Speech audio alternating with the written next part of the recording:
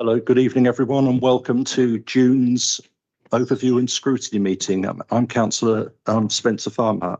If I can start, please, with the fire evacuation procedures. Thank you, Chairman. Good evening, members.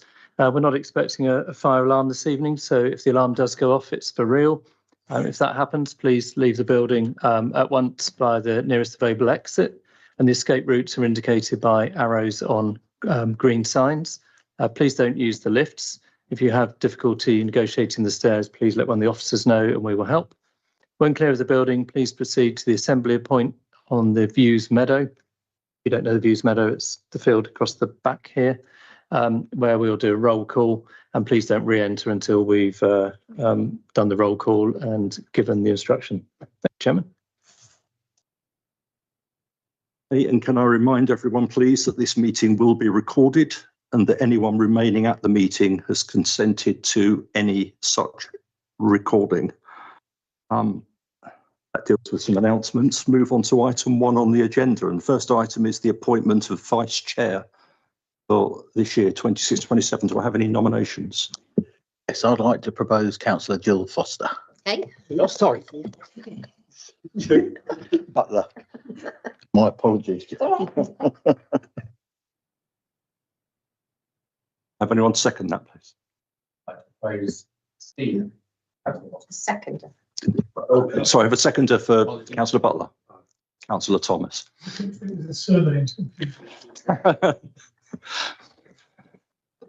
Okay, and we have a proposal for Councillor Forster. Do we have a seconder? Okay. So we have to have a vote on this. One assumes it might be recorded, but we'll have a vote on this and we'll go alphabetically, first of all, sensible. So all those in favour, please, of Councillor Butler. Okay, thank you. And all those in favour of Councillor Forster? I will abstain as I'm sat here. You need to record that as a vote, presumably.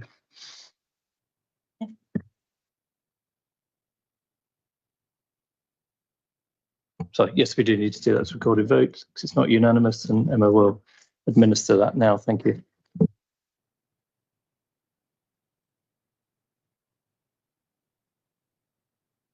Right. If we could have votes for Councillor Butler first. So Councillor Bailey. Yes. And vote what? So Yeah, I didn't. who wants to go around and just say the name? Yeah, you can do. Bailey, Beatty, Brown, Butler, Palmer, Abstain. Forster, Forster. Hale, Forster. Jones, Smith, Taylor not here, Thomas.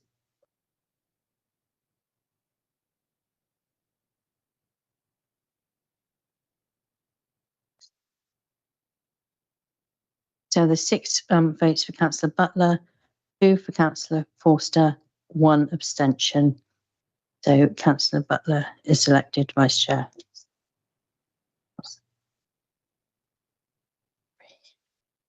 5, 6.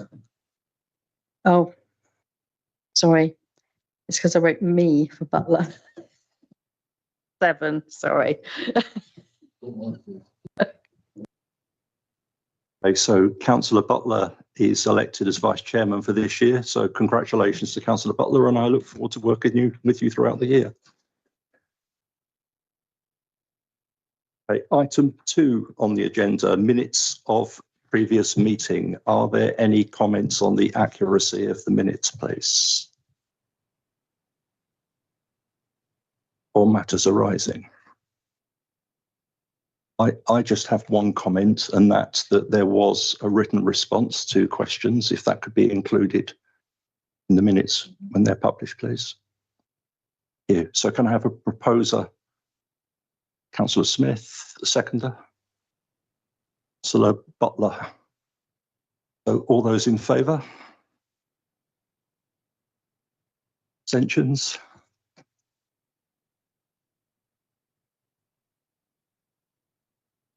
So I can sign the minutes, presume.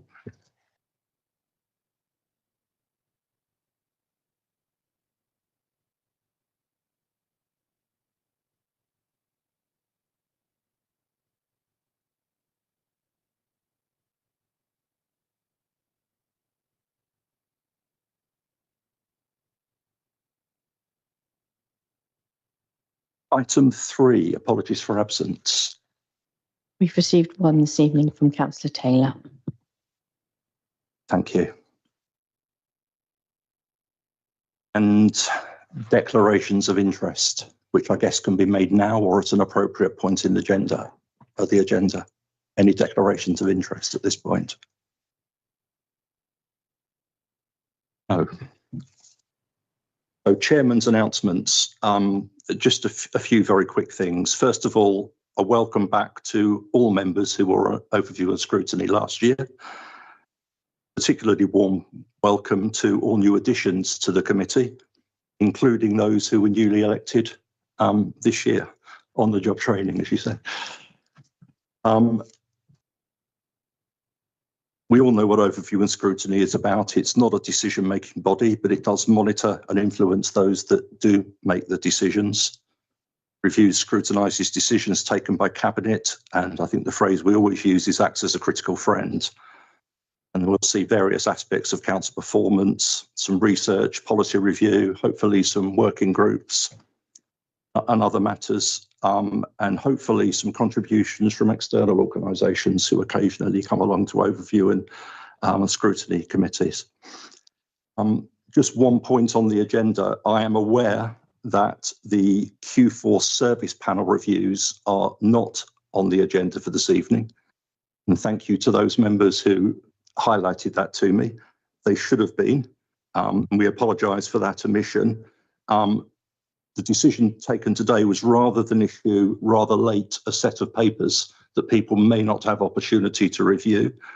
We would defer these panel reviews to the next meeting in July, so everyone has an adequate opportunity to look and comment on the papers. And when we get to the work programme, we need to make sure that it's correctly added onto the work programme at that time.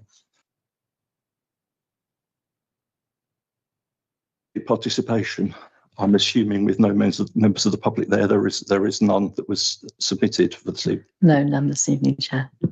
Wonderful. Moves us on to item 7, nomination of members to service panels, of which we have 2, corporate services and community services. We typically have, I think, 3 representatives on each of those service panels. And I have been submitted some names already, which I will just check. Putting themselves forward for community, we have councillors Butler, Forster, and for corporate, we currently have 2 people putting themselves forward, Councillor Brown and Councillor Taylor. So we are 1 short at the moment on the corporate service panel. So Thomas, okay. Is there anybody else that wishes to put themselves forward at this stage? So later on.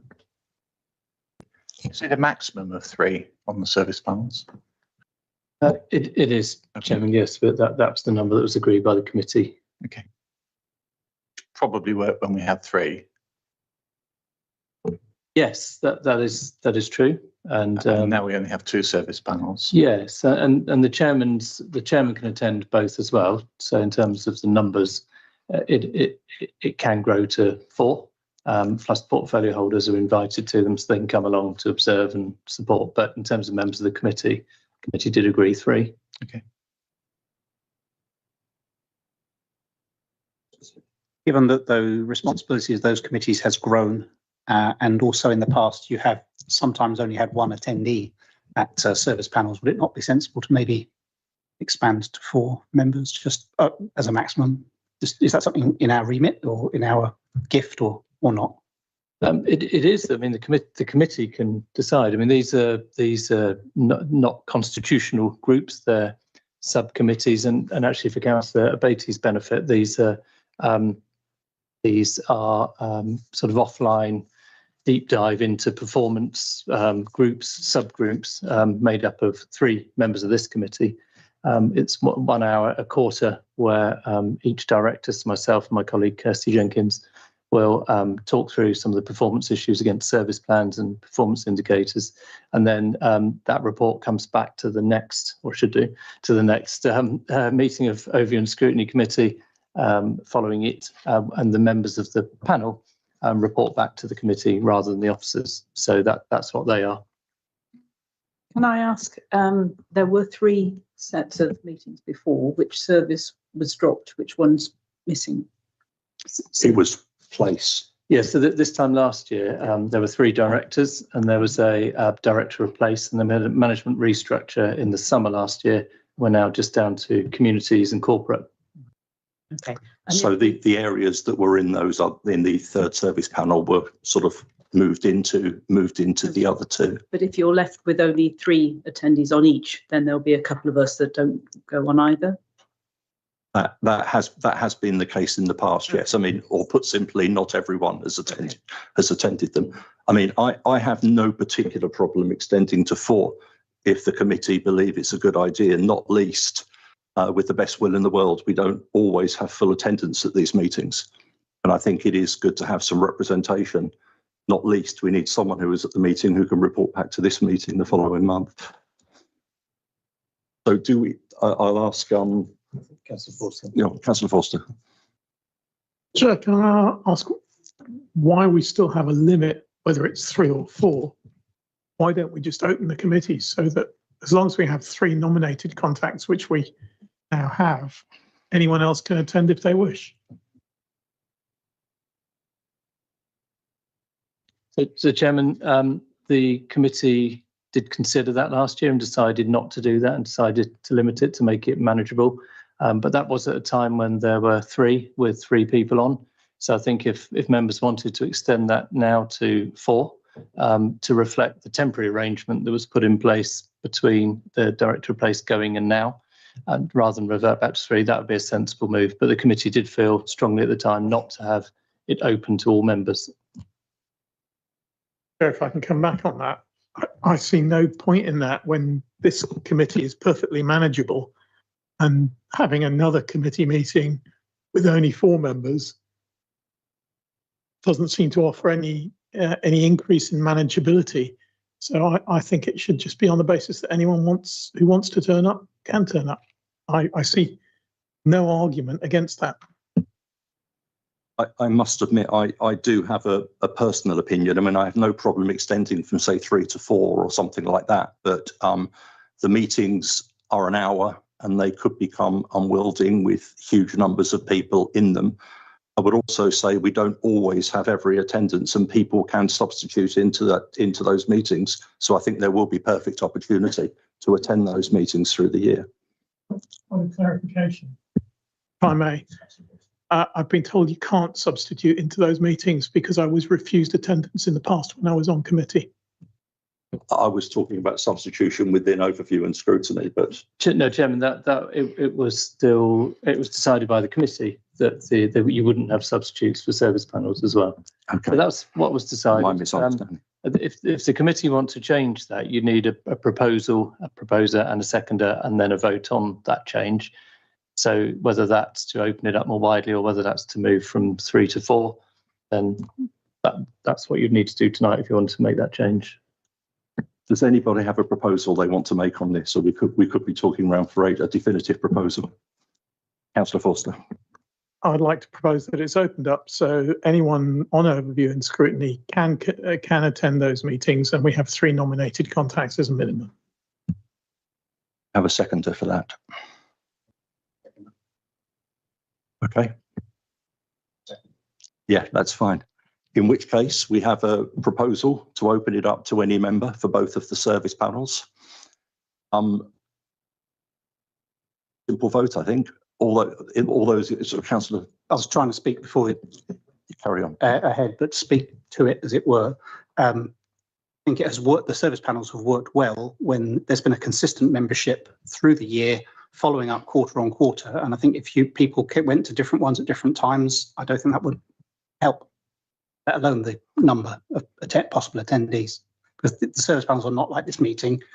They are presented, there's a report, we go through them, they go through them, we go through them in quite a lot of detail. And the more people there are asking questions, the longer they'll be. That's a simple fact. Okay. What about that?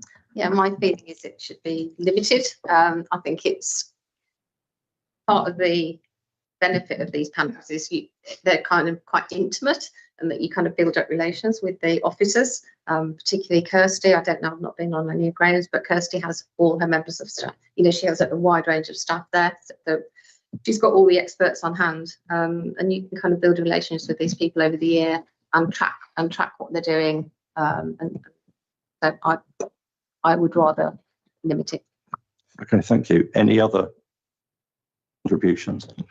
I think the reason I asked the question originally was I think it was almost semi-compulsory for every member of Overview and Scrutiny to be on at least a service panel.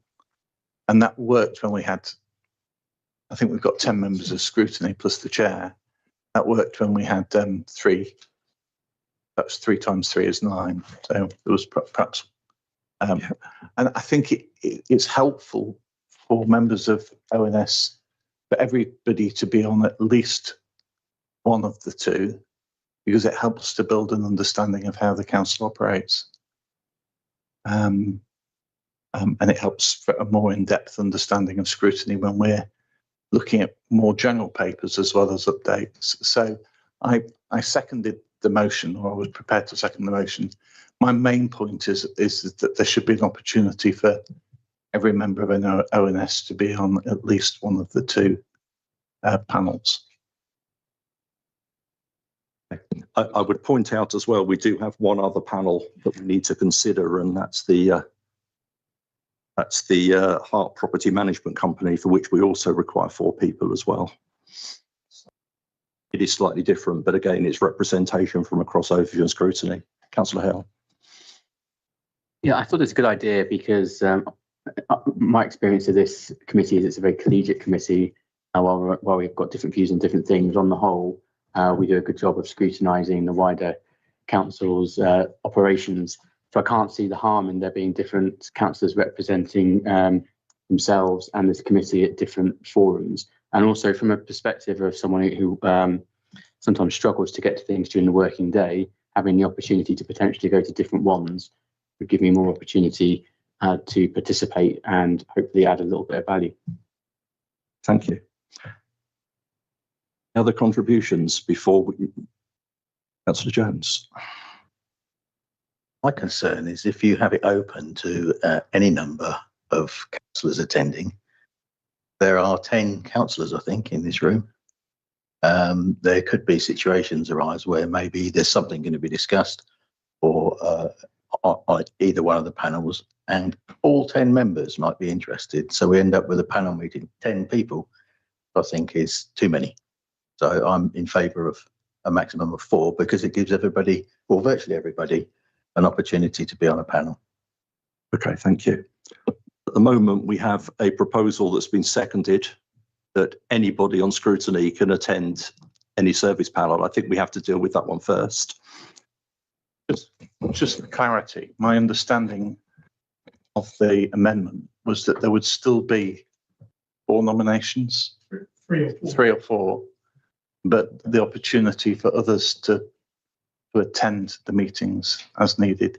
One of the problems there's been service panels where there's only been 1 or 2 members of ONS, and the officers spend an awful lot of time preparing for these panel meetings. And I think it's a poor show, and people sometimes can't make it for very good reasons. But I'm just clarifying what the amendment. Yeah, well, thank you for the clarification, but in the context, I can't quite see what the distinction would be between people who were nominated to be there and people who would turn up anyway. But well, one is that it was 4 rather than 3. provide that clarification because it addresses Councillor Smith's point. If there are, and I would suggest it's 4 based on the conversation, 4 people nominated, then there is that consistency, as Councillor Smith and Councillor Butler said, was a benefit, but it does allow others to attend, and it does mean that we have a higher likelihood that we will have some members turning up, and probably a total of 3 or 4 in most instances. So my proposal is that we have 4 nominated contacts, but anyone can attend if they wish. You're happy to second that? So we have a proposal that we need to vote on, that we extend the number of people nominated officially on the service panel to 4, that anybody on overview and scrutiny can also attend that meeting. Have I worded that correctly, Councillor? Absolutely. Okay. Thank you. So One motion. that's the phrase of the motion, yes. Falls, whether they come back to having the 4 or not. If that falls, then we're back to 3 unless someone makes another proposal. We're back to the agenda unless someone makes a proposal that's seconded, yes. So I'll repeat that. The proposal that we're voting on is that there are 4 nominated members for each of the 2 service panels, community and place, but that any member of overview and scrutiny can also attend either of those service panels. All those in favour? All those against?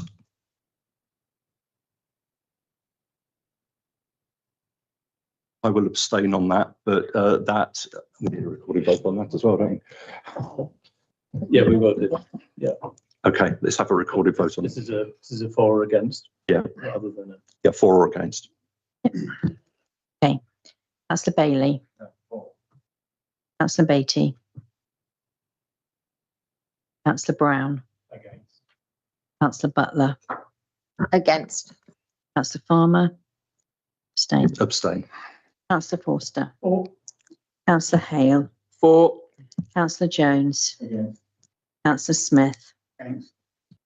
Councillor Thomas. Against.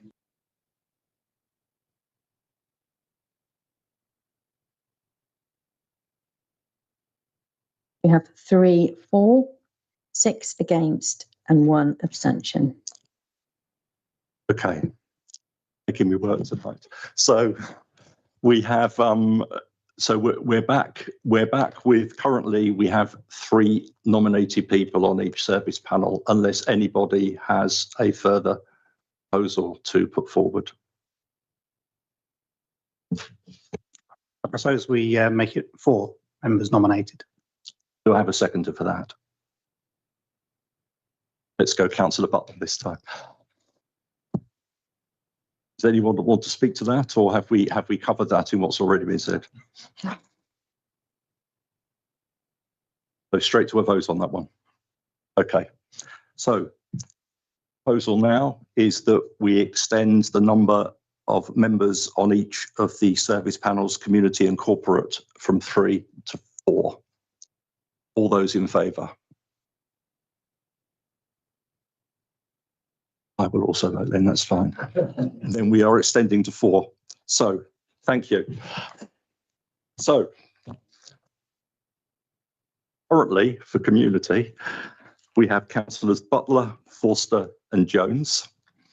And for corporate, we have councillors Brown, Taylor and Thomas. Do we have anyone else who wants to put themselves forward onto a service panel? Mr. Bailey. Community.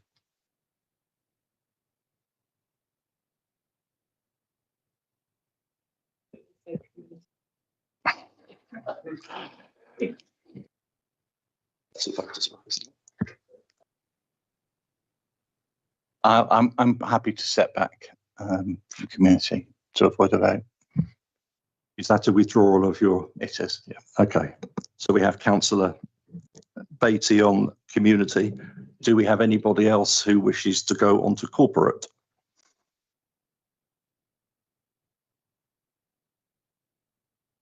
No. I'll go on to corporate. Okay.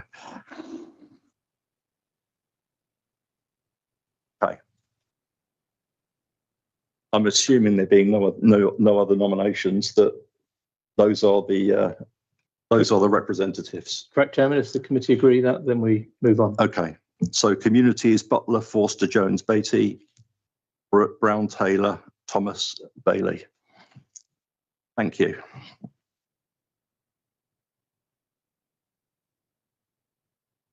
For 8 on the agenda, appointment of the Hart Property Management Company. This is 4 people on the panel, as set in the terms of reference. We currently have 1 person who has put themselves forward, who's been on there for a few years, Councillor Smith. I'm also happy to be on that scrutiny panel. Is there anyone else who wishes to be on the Hart Property Management Company? And just for Councillor Beattie's benefit, it meets once a year, and just in case that helps. It's properties that are managed on behalf of Hart by a property management company. They manage, control the assets, and the people who live in the properties, etc. And we review operation of that business once a year. Councillor Smith. Wasn't there a requirement for it to be balanced, that one? Or was that just a traditional thing? Initially, when it was set up, there were going to be 3, and I asked if they could join it to be 4, because it was going to be 1 from each group, as that's what I believe it was in the first place. I think traditionally, I genuinely can't remember if that was set in stone. It was always the case that that was generally what we had. Didn't know if that was actually required or not. But Councillor Jones, thank you. Going to do the same if there was nobody else.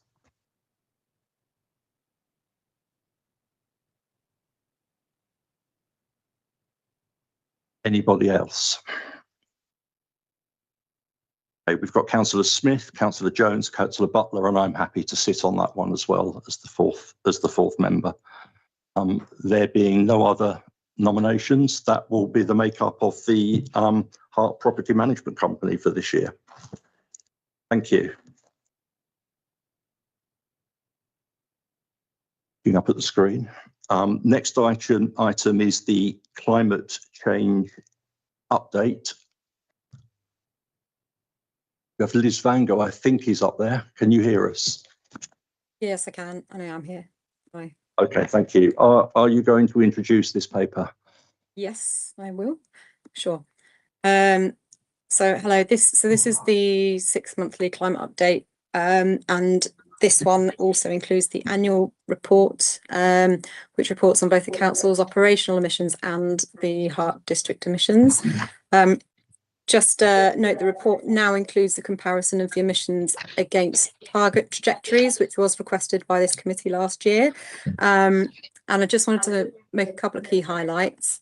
So we have reduced from our baseline operational emissions by 37% on gross emissions, which actually increases to 39% if you take into account our renewable energy purchases, which is on track with our target trajectory. And we're also making reasonable progress with our district emissions.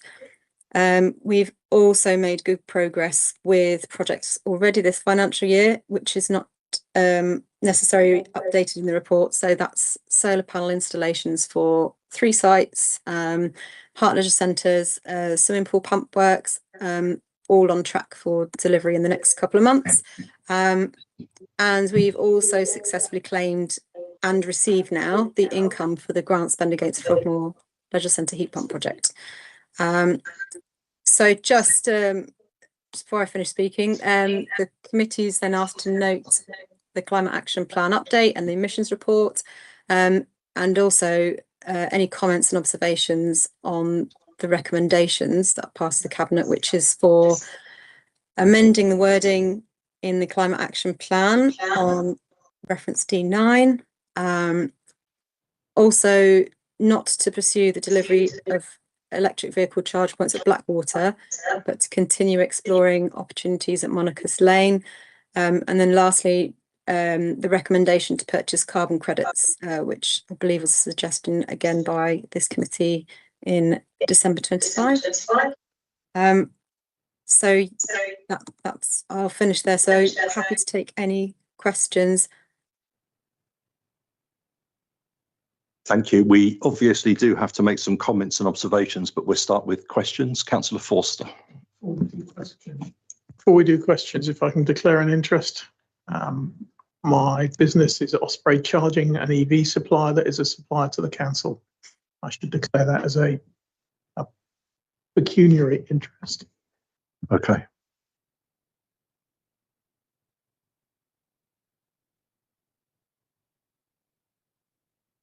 Councillor Hale, you had a question.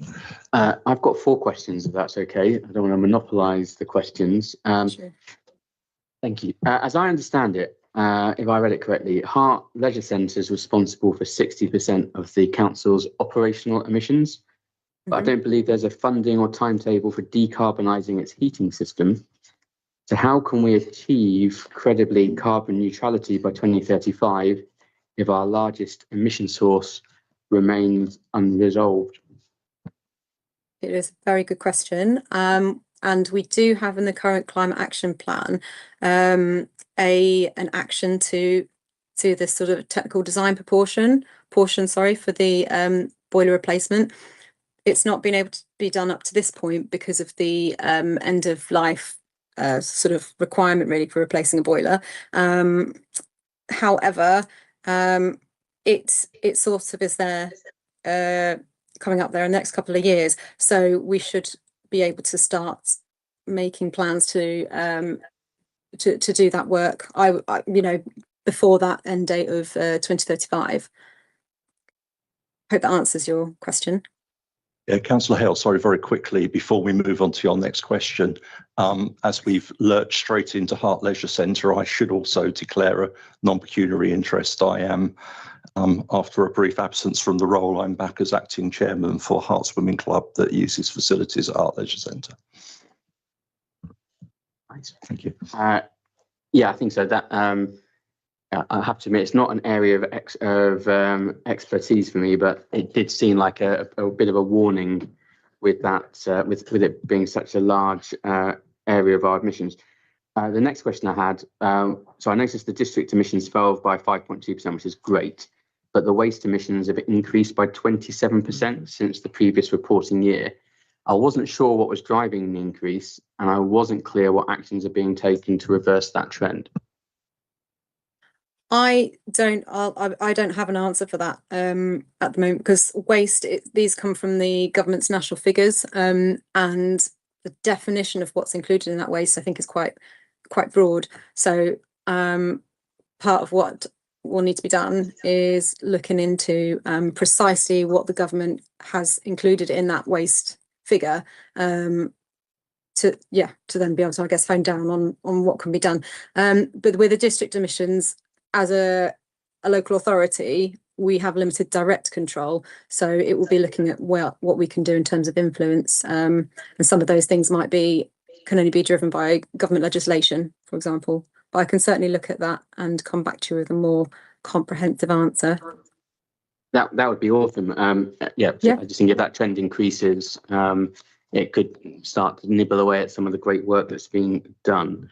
Thank you. For my third question. I should also just add to that, apologies, each year as well, as the data collection gets more thorough, the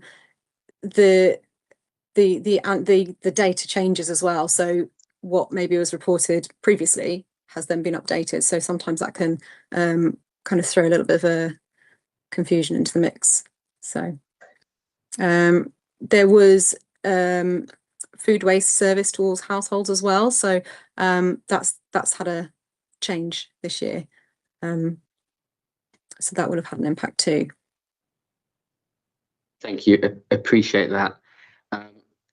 We are where we have grants that we award to community organisations, do we undertake any monitoring to assess any of the carbon impacts of any of what those grants contribute towards? Yes, when the grants are assessed in the first place, there is a part of the application form which asks for, where possible, for them to provide emissions reductions. So that will go towards our our district emissions reductions. It's not always possible to do that because it does depend on what the actual project is. Some of them, if for example it's an educational based one, you can't necessarily put a quantitative figure against it, but they are assessed as part of the applications, and then we request at the end of the project report and evidence of, for example, if it's solar panels, what has actually been installed and what it's capable of generating. Thank you. And this is my last question, I promise. Obviously, there's loads and loads of great work that's been done. It'd be good to understand from your perspective, which project do you think offers or has offered us the greatest carbon reduction per pound spent? What should we really be celebrating? What's the standout? Are you talking about operational or district emissions specifically? It's a value for money question across everything that we're doing in terms of what we're investing in as a council. What's the success story in terms of the best value for money in terms of our carbon reduction initiatives and projects? Okay, so it's in terms of operational, the solar panel work that is being done is I'd say sort of a good return in terms of the financial savings. It provides that stability as well, long term for the people that would be normally paying the electricity bills. So even if that's not directly as a council, there is a benefit there. Then in addition, say so the leisure centres as well, doing those works, they are our biggest sort of drivers of emissions. So with Hart Leisure Centre, the swimming pool pump work that's being done is estimated to make a decent saving on their emissions there. Again, building energy management system work for more leisure centres, the heat pump installations as well. For the district emissions, a lot of that for the council is around engagement. So whilst you can't put sort of a quantitative figure against the emissions, it's the work on providing those community grants, so that it's spreading that sort of seed throughout the community by giving those opportunities. And a lot of our work has been heavily focused on resident retrofit. So the domestic emissions for district, our work there to kind of raise action from residents as well, I'd say, is where it's been worth doing that. One that we haven't progressed as far at the moment, but we are looking at is Hart Leisure Centre. So solar panels potentially for car parks. We've been doing some work on that to see if there's a business case still, in absence of a data centre, to kind of counteract the electricity emissions from that building, which, as you pointed out before, is one of our biggest operational emissions sources. Thank you very much indeed. Okay. So Brown. It was just a question about, I guess, what was special about Blackwater car park that meant that it required a substation for EV charging, and I guess whether that was linked to the proposed installation of ultra rapid chargers, and whether actually if it was rapid or fast chargers that substation wouldn't be required.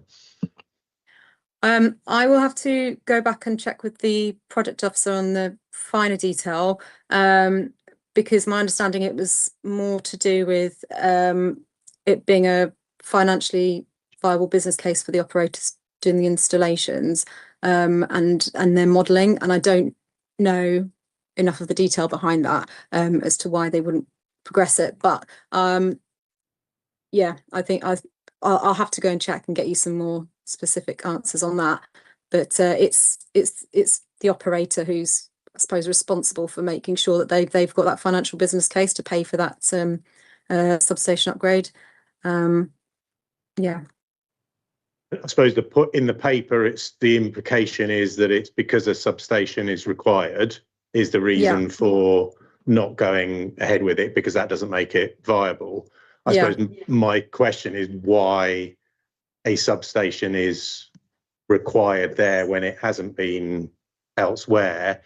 And Oh, it's okay. it seems to be the only place where there's reference to ultra rapid chargers, whereas everything else we've put in is rapid or fast, and whether obviously the requirement for power for an ultra rapid means that the substation is required. So I see. I don't believe it's because of the ultra rapid chargers. I think it's more to do with just in that particular area there is a lot more constraint for the headroom for the existing the existing grid capacity, I suppose, whereas in the other areas that hasn't been an issue. So not all sites would necessarily require, and it's just to do with the headroom capacity at those substations. But again, I will come back and confirm that. Thank you. Okay, Councillor Forster. Thank you. Reading through this, that there are lots of bits I could pick up on. It paints a good story, but if I correlate one of the key drivers of power usage in this country based on national reports, it's reduced because the price has gone up, very simply. It looks like one of the reasons our consumption has gone down across the district is because we're using less, but we're using less because the price has gone up. Therefore, it's our residents and our businesses that have driven that decrease. So we've pretty much lucked out. Would you agree with that? I think that's one of the factors involved, because people will potentially be heating their homes less, and therefore less emissions. But I wouldn't say that is the only factor that there is. Local authorities are reported to have quite a large percentage of influence over the emissions. So I think it's more about the work that we're doing to raise awareness and try and drive the sort of climate change agenda. But from what you're saying is certainly a big contribution as well. But I can't say for sure the exact reason. It's speculation really on what's the main factor. Okay, thank you for that. I mean, I didn't correlate that our decrease in consumption relates to, according to people like SSE, ties in with the increase in costs. So they would say that it's a direct correlation. But as a separate example, I note you cited the number of people who've had surveys of their homes is impressive. Do we track the outcome of that in terms of what work that they have told us they've done after they've had a survey and found out how awful their house or how good their house is? Do we actually track what work is done? And likewise, when I look at the numbers, they paint a nice rosy picture of our vehicle usage with a big green line jumping up, leaping up for electric vehicle use, and petrol use and diesel declining. But of course, actually, if you extrapolate the mileages of those, the mileage it looks like for the electric vehicle fleet is about 24,000 miles. Whereas the mileage for the diesel fleet looks like around 50,000 miles. So although it looks like from the chart our EV usage is dramatically higher than anything else, actually it doesn't misrepresent, but it appears more favourable than the reality. Is that a fair conclusion? I'm sorry to conflate those two. They're two separate questions.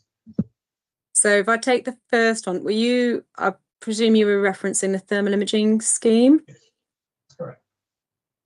Was that right? Yeah. Yes, that's correct. Yeah. So last year was the first sort of main year of rolling out, or prior to last year, and we did request residents to fill out, but it was not mandatory for them to fill out a survey, potentially which gives us permission to contact them again a year later to see how they've got on. So that's something that we'll be working through to then see how many of those residents have taken action. So that is something that we do a follow-up. I hope does that answer that question in enough detail? Well, it does partially. I mean, have we got any numbers that we've followed Not up yet, and any outcomes? Not yet, but I'll be able to put those in for the next report or potentially sooner than that. I don't know if we've collated all of the data. So once we've done that, we should be able to tell you how many residents have fed back and what that's been. So we'll be able to do that, but we haven't quite got all of the figures to do that yet. So can you just remind me your question on the the second and question was this the council's operational fleet vehicles, or are you talking about the waste collection the council's operational waste vehicles. Okay. Sorry, operational fleet vehicles. Okay. So the can you just remind me specifically what the question is? Just so I can. If it helps, if you look at page 30 on the report, it's the change in fleet vehicle fuel use over time, and it appears to show that EVs are now almost twice what everything else is. But in terms of mileage, that isn't the case. In terms of mileage, I think the fleet vehicle use is around 24,000 miles, and the other is about 50,000. Okay, I see. I mean, just if you bear with me a minute, I'll just see if I can get the raw data. Just bring my moment. If it helps, my calculation is based on around 3 miles per kilowatt, which is about the average, and about 10 miles per litre, 45 miles a gallon or something like that. Yeah, I've got, so the data that I collect is the litres for petrol diesel and the kilowatt hours for electricity. And yes, like you, I'll probably need to go back and reverse calculate to get the mileage, which I haven't got at the moment. And I can certainly do that and come back. But what I can say is we've been, our percentage of electric vehicles has increased. Our number of vehicles has increased as well, but that's due to our sort of increased take on of countryside sites, for example. So it may be that the mileage is greater, but we've also got a greater number of sites and a greater number of sort of operational responsibilities. So that could well be the reason that you're seeing those calculations. But I will, again, with that one, I'll go away and do some more number crunching and come back to you to make sure I'm not being inaccurate. Yeah, thank you. Well, you're happy with that, Councillor Foster? Absolutely. So Thomas. It's just a very quick question in respect of the action plan at Appendix 5, where there are actions that are at risk. Are they dependencies for any of the other actions? I.e., if they weren't to come to pass, would that impact some of those actions that currently look like they're in flight or might be on track? Would they have a knock-on effect? And you might not be able to answer that question now, but it's just to understand the interplay of those actions. Yeah, no, I would say that the actions are largely independent of each other. Thank you. Okay. Thank you, Councillor. There may be a slight crossover. So, for example, if the leisure centre about reducing reliance on non-renewable sources, and the fact that the leisure centres will then also need the gas boiler replacement. So there will be some crossover, but majority of the actions are not the case. Okay. Councillor Smith. Thank you, Chairman. Got a question around the carbon credits. One of the items we're asked to look at as a recommendation is to comment on the purchasing of carbon credits. It says, as suggested by ONS committee in December 2025, a discussion about that, and I have looked at the minutes, and I can't see anything on there about carbon credits and the minutes for that meeting in December 2025. Is that definitely the right meeting, or is it a different meeting? That was an edit to the original report, and I'm not sure who edited that in, because that didn't come from myself. So I will have to check. It may be that it came from a different meeting. So I'm sorry, I can't say for certain. So I will have to go and find that one out. For the sake of accuracy and to be clear about where this has come from, we will check that. Okay. Yeah. Because I know we've steered clear of carbon credits and offsetting and things like that. We didn't like that as a concept. I can see that in this report there's mention of high quality credit schemes and accreditation, and how it is now accepted to be a way of accounting for your responsibilities that you can't eliminate. But I think we need to be very careful about it, and that's why I don't remember the conversation about that discussion or debate about that. Yeah. Okay, so I said, we'll check where that came from and maybe clarify. And certainly, if it was ONS, we probably need to set the record straight on that it wasn't an ONS suggestion. We'll do that, Chairman. Yeah, that's fine.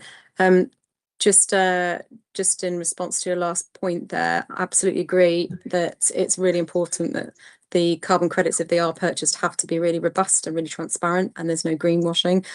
So this particular appendix sort of addresses that, and there are some much more vigorous carbon credits out there now which have a lot more testing for them. So we would only be looking at those kind of carbon credits that have that reassurance.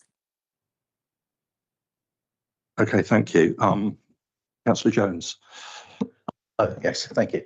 My question is not actually about what we're doing, it's about what Hampshire County Council are planning to do and how we can maximise our benefit, and that is the recently announced project to install, I think it's about 32,000 curbside EV charge points. I'm just wondering if there's anything that we as a council are doing to try to persuade Hampshire County Council to help us by providing as many as we need in our district. Yes, I can tell you that I've been contacting them quite regularly for updates on their tender processes, and that they'll be doing some stakeholder engagement, and we've made sure that we're definitely going to be engaged as soon as they possibly can. So we are constantly requesting updates and things, but it is really all sort of in their court and their winning bidders' court as to ultimately where they install those. Okay, I know there's a survey. I'm not sure how widely known the survey is amongst our residents. I wondered if perhaps we ought to, Hampshire County Council, by maybe putting information out on our own website to a link or to suggest that people actually go to the consultation page and make their requests, which will help Hampshire County Council, as I understand it, to decide where to put the on-street charges. Yeah, we have. I'm not suggesting that's something for you, but no, it's fine. No, we have done some promotion of that survey, but we can. That's something I can take back and look at whether it's actually published on our website, and if not, or if it's in the right place. So okay. Yeah, we'll certainly take that back. Thank you very much. Mr. Foster. It's on this point, and as I declared an interest, that I'm responsible for highways and transport, and that includes where these EV chargers go. The press release was put out 2 days ago. It's 17,000, not 32,000, of which 500 will be installed in the next year. The rest will be installed over a period through till 2040, if I remember rightly. So just to set expectations that you're not going to see thousands in an area short term, because it's 500 in the next year over the whole of Hampshire. The website has been promoted. It has been promoted by heart on its website and through its media.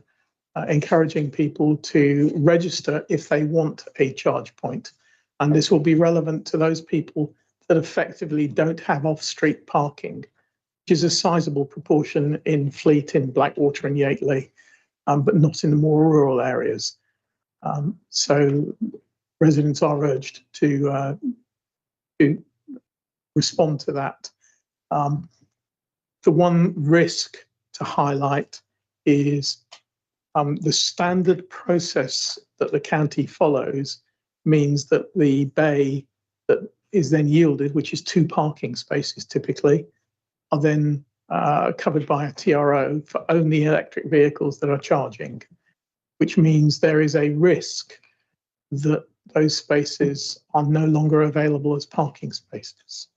That is one of the considerations that the district, residents and the county has to consider. That's helpful. Yes, thank you, Councillor Foster. Hello again. Sorry, inspired by my colleague's question around the action log, I've noticed that out of the 43 actions, 12 are on hold.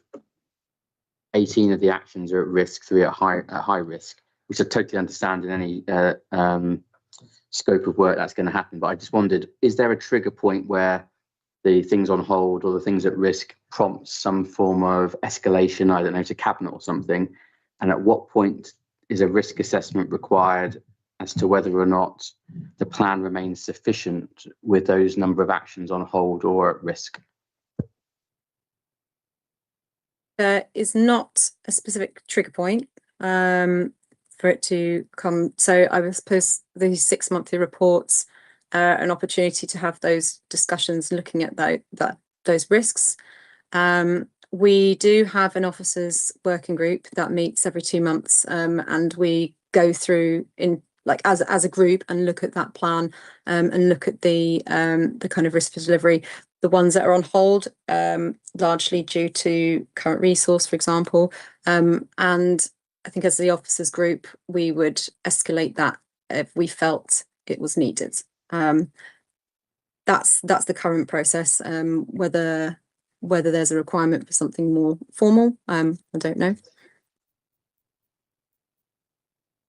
Thank you.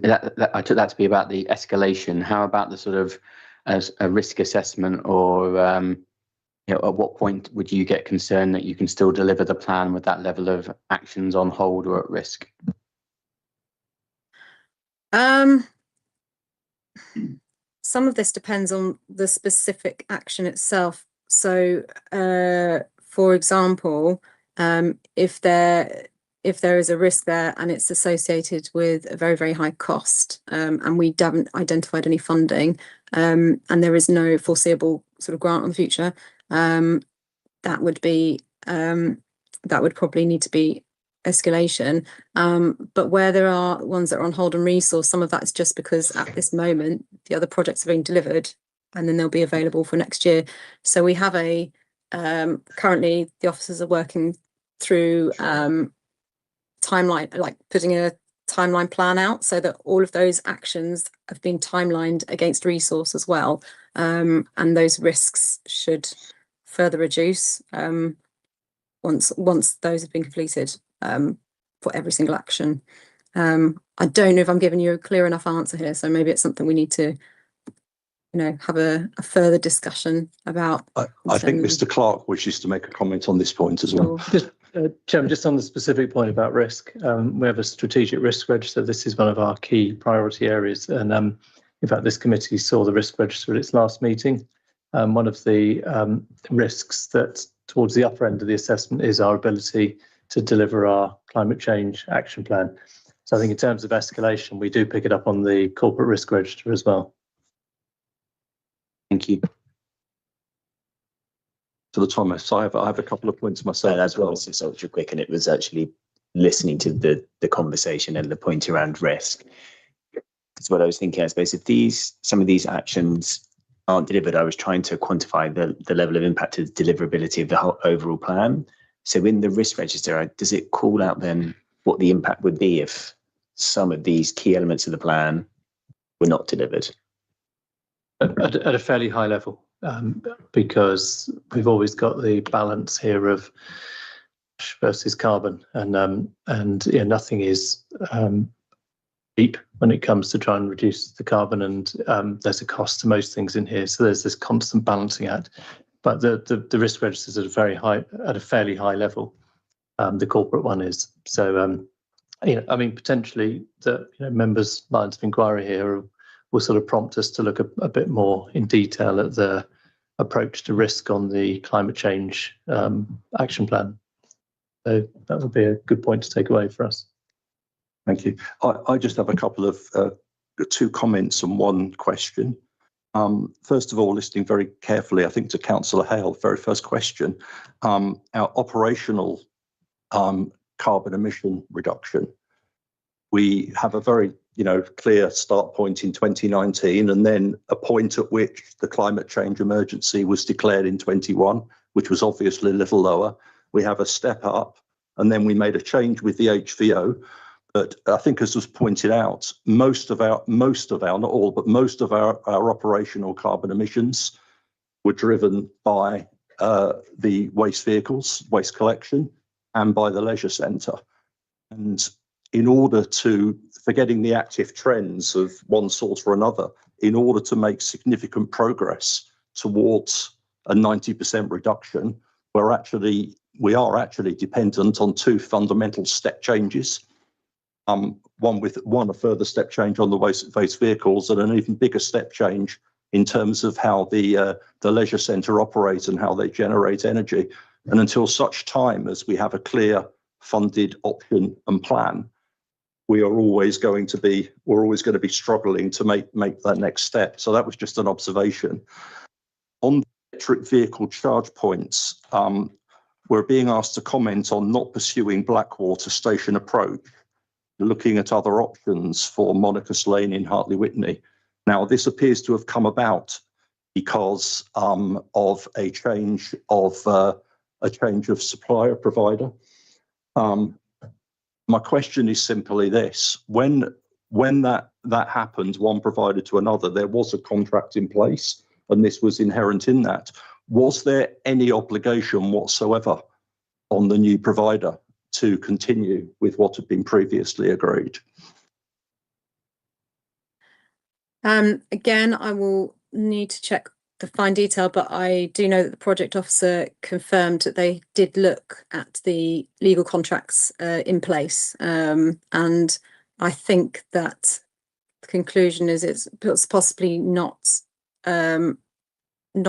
I don't know if I want to say worth pursuing or not appropriate to pursue, due to the kind of the cost and financial viability. So I don't have a definite answer. I will check. I will come back to you. But I know that the contracts had been looked at in terms of what was feasible for pursuing with them not doing that site. Okay. No, thank you. Thank you. And then my final comment really is on Appendix 4, just a quick point. I remember we did discuss this point last time about the leisure centre and the air handling units. Yeah. And while I'm all for efficiencies, I have to say, quite pleased that it's been recognised of the operational risk and the health and safety risk of meddling too much with those air handling units without a proper deep dive into what might be the consequence of doing that. So obviously, I hope that it can be addressed, because it's never been the most reliable. It's been up and down as an operational unit anyway. But I'm pleased to see that it's being looked at in that way. Yeah. That was all from me. Are there any other comments from anybody? Specifically or particularly on the carbon credit we heard from Councillor Smith. Or any other differing views on that? Okay. So we were asked to make comment, and I think we've got lots. We have got lots, Chair. Mm-hmm. In terms of the delivery of the plan, waste emissions, carbon credits, Hampshire County Council and what they may be doing, amongst other topics. So thank you very much, everybody. move on. Okay, thanks. Thank you very much, Liz.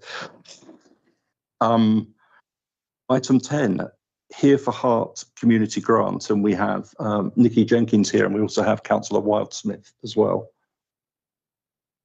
Are you going to be I'm going to be presenting? presenting. Thank you, Chair. So I'm here this evening to just put that on present, to present the Here for Heart Community Grant, both the structure and form. So just by way of some introduction, in February, Council approved £440,000 from corporate reserves to deliver the corporate plan commitment of delivering a local community projects fund. This has the working title of the Here for Heart Community Grant. Building on the success of the UK Shared Prosperity Fund, we recognise the criteria for that was relatively narrow, and the design of this grant will be broader in its criteria, with the hope of engaging with a wide range of organisations. Principally, it's a very positive way of utilising our reserves. Most importantly, we want to leave a legacy for Hart District Council. We want to provide local organisations with the means to deliver meaningful support and initiatives across the community, both now and in the future. We particularly want to identify smaller groups across the district, and especially those who we've not reached before, and encourage them to apply. The foundation that we've built this on is around encouraging this broader participation through proactive relationships, simplifying the process, and flexing the fund to enable those smaller organisations to participate. We want to maximise the delivery time for all of these projects, and we have a dedicated resource who is Paula Stevenson, who I believe joins me online today as the project support officer. So essentially, the grant is going to be split into two funding streams, small grants and large grants. The total for the smaller grants, we've allocated £100,000, which will allow us to agree a minimum of 20 projects up to £5,000. We are looking for new beneficiaries, and for the smaller organisations that we know struggle to apply, we have simplified the application, the admin process, and we're also providing guidance documents. The larger grants, we've allocated a total of £300,000, which will allow us a minimum of 6 projects of up to £50,000. This is an amendment from the slide on your pack where it said a minimum of 5 projects. We are again looking for new beneficiaries here, but we will require more detail as we've required for the UK SPF, just because of the larger amounts of grants. In addition, in February, Council also approved £40,000 grant for young people's wellbeing. We want to flex this across both grants and spread across the funding streams. This will be ring fenced, so it will be used for its initial allocation of young people. The total grant pot, therefore, is £440,000. Criteria is around keeping residents well, social inclusion, helping those who are facing challenges. We also want to see that the organisations can provide a long-term benefit, demonstrate their ability to deliver, provide value for money, also increase their organisational capacity and consider environmental impact. Organisations who are not eligible to apply, again, this is an amendment to the slide in your pack, just for clarity. There's a list here of organisations we will not be accepting applications from, which is the standard individuals or sole traders, those who aim to distribute a profit, etc. We had some considerations. Obviously, we needed to think about resource. As I've mentioned, we have the senior project officer who ran the UK SPF delivery. She's very experienced in that. And also my team, the community projects and partnerships team, will help support with engagement and also the application scoring. When we looked at risks, we realised that we may miss new organisations. That is a risk. So we are doing some targeted research, and contacting all of our organisations on the Here for Heart directory, which equals about 318 organisations. Also going to be doing some research into those who are not currently on the directory. As mentioned, smaller groups we know sometimes lack the capacity or the confidence to apply for these grants. So mitigation, we've made a simpler process and also provided guidance documents. We may well be oversubscribed or undersubscribed. In the event that we are oversubscribed, we will seek advice from Cabinet. As mentioned, we have a part-time project officer who will have oversight of the entire grant. And this project is on project board. Also, it's on the service plan, so the service panel will be monitoring that quarterly, and there will be 6 monthly ONS updates. We will require the organisations who are accepted to sign a grant agreement as governance over delivery, and also we will require evidence such as quotes, reports, feedback, case studies, etc. So our schedule is, obviously we're today here at ONS with Cabinet approval. We will look to launch on the 13th of July. That is when our communication will go out as well. We have a press release in draft at the moment, awaiting approval. You will notice I've made a footnote here that the Heart News, which is coming out from the 29th of June, will mention the Here for Heart community grants. Information that's already in the public arena, so none of these details will be in that. For the smaller grants, we've given a window of about a month to apply. As soon as that deadline has been hit, we will score those grants. So week of 10th to the 14th of August, and that does include the final approval. We hope to start paying these smaller grants from the 24th of August. And then for the larger grants, we've given 2 months just so that they can gather the evidence and also for admin as well. It makes it a lot easier for us when we're scoring. So the deadline for that is the 14th of September. We're looking to get those grants scored from the 14th to the 28th. And again, that includes the final approval. The larger grant payments, therefore, will start on the 5th of October. And the 6-month review will be April 27. So just to give you an idea of the completed tasks, so far we have the communication plan. The project has already been seen initially through project board. We've identified organisations, we have the criterion scoring sheets, application forms, and we've done the privacy and GDPR. In progress, we are building the external engagement and the online application form. So that is the presentation of the Here for Heart community grants. See hands going up. Councillor Goldsmith, is there anything you would like to comment at this stage? Vice Chair. No, only thing I'll probably say in there is when the communications do go out around it, we'll also, of course, be encouraging all councillors to share it with any potential organisations they know. We are very keen that, and we'd rather have it oversubscribed and then have a nice situation for looking at what we have to do there. But we'd like to reach all the organisations potentially who haven't had grants from Heart before, who might not have known about it. So yeah, it really is open to all. As Nikki said, it's a little bit more flexible than the UK SPF. And it really is here to make sure we can set up some of the organisations post LGR, so they're here to carry on supporting all our residents here in Heart, because we know they will do a fantastic job, and we want them to continue doing that once we have disappeared. Thank you. I didn't see all the hands, but I did see Councillor Bailey.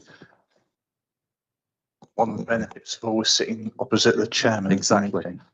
A fantastic scheme. Thank you. Nikki, it looks really good. I just had a few questions. It was around clarity. There was, I think, within the presentation, there was something about maximising timescales, and I think that was the phrase.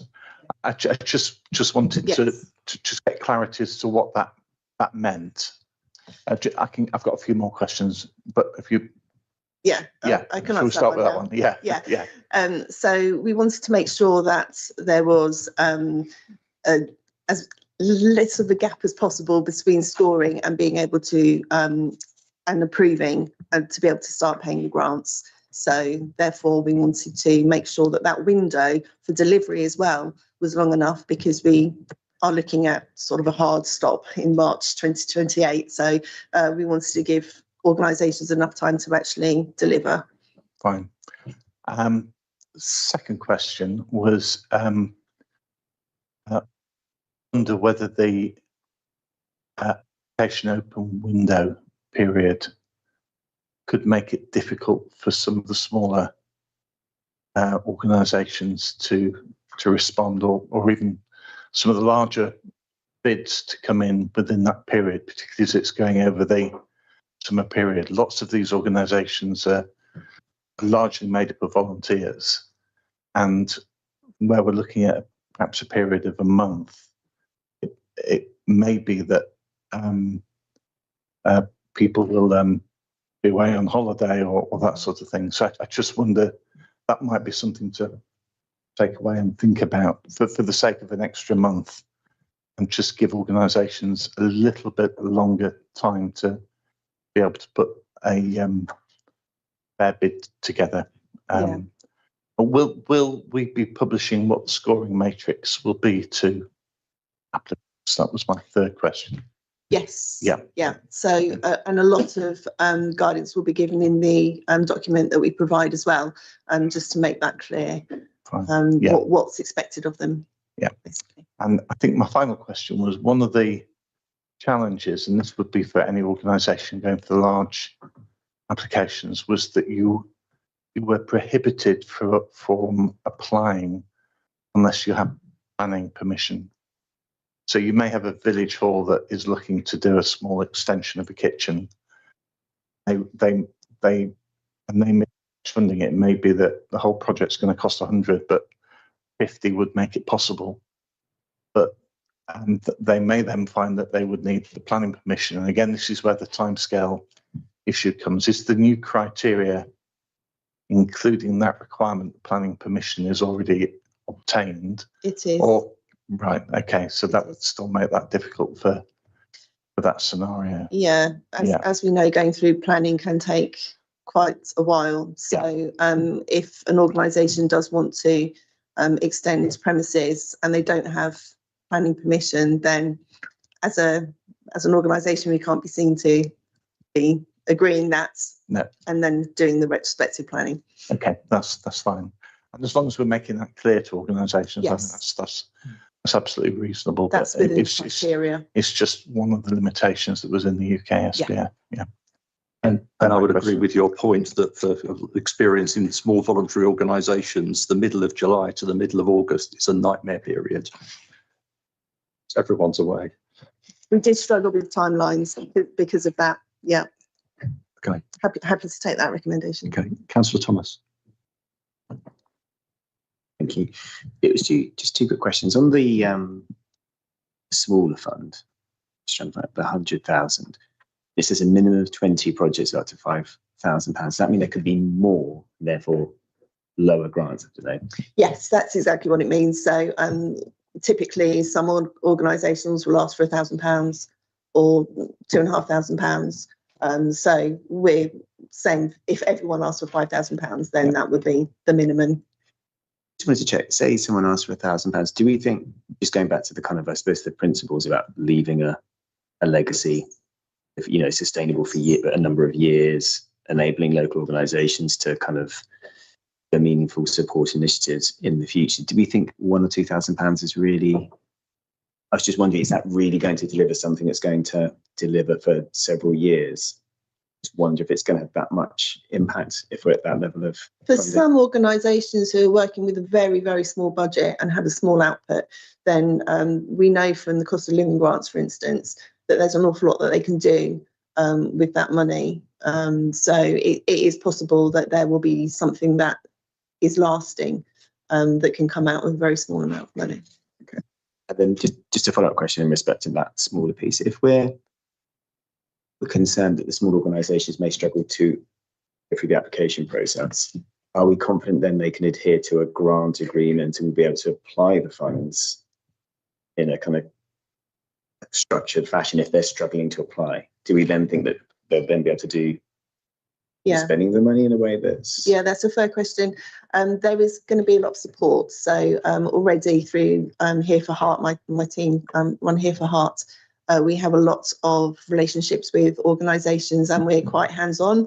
We're quite supportive around how we help our local organisations. So there will be that, I don't want to say hand-holding, but there will be that level of support that any organisation that is struggling, we will be there to be able to help them with delivery, but obviously in an appropriate way. Yeah.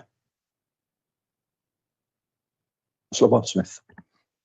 Yes, it was just to answer a bit more on question from Councillor Thomas. If you look, let's look back to our winter grants, we had some there which were purely £500 grants awarded, which could, one of them was to help provide cooking class, for example. Some they didn't have the funds to do. Actually, when you're providing that lasting legacy, because it's providing that teaching, you're giving them people those skills for life. So things along like that, you can actually find sometimes the smaller grants can leave a slightly even longer legacy than some of the larger ones. Brilliant, thank you.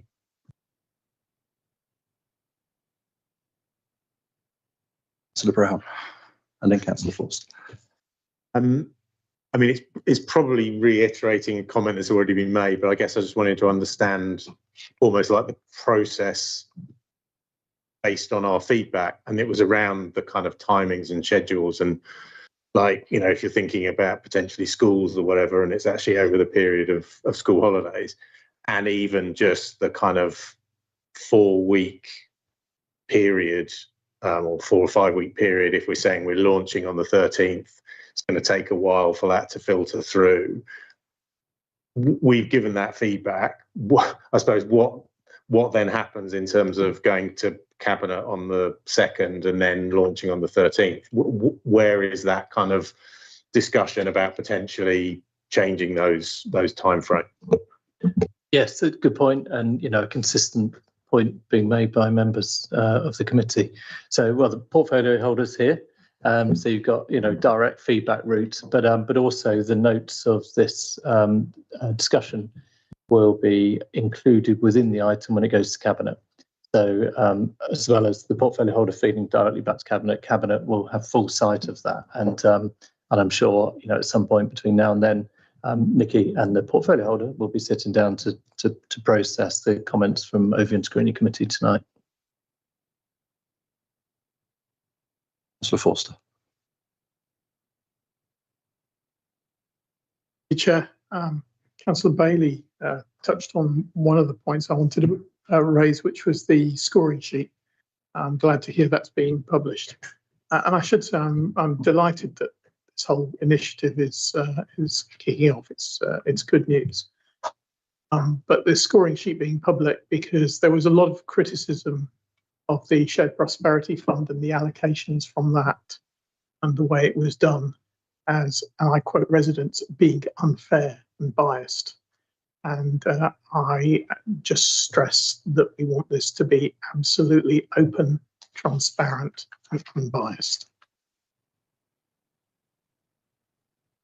Yes, the scoring sheet will be made available, and as I say, a lot of the reason for the guidance sheet is to make sure that people understand what is actually required, and again, that's something that my team can support with as well as we go through.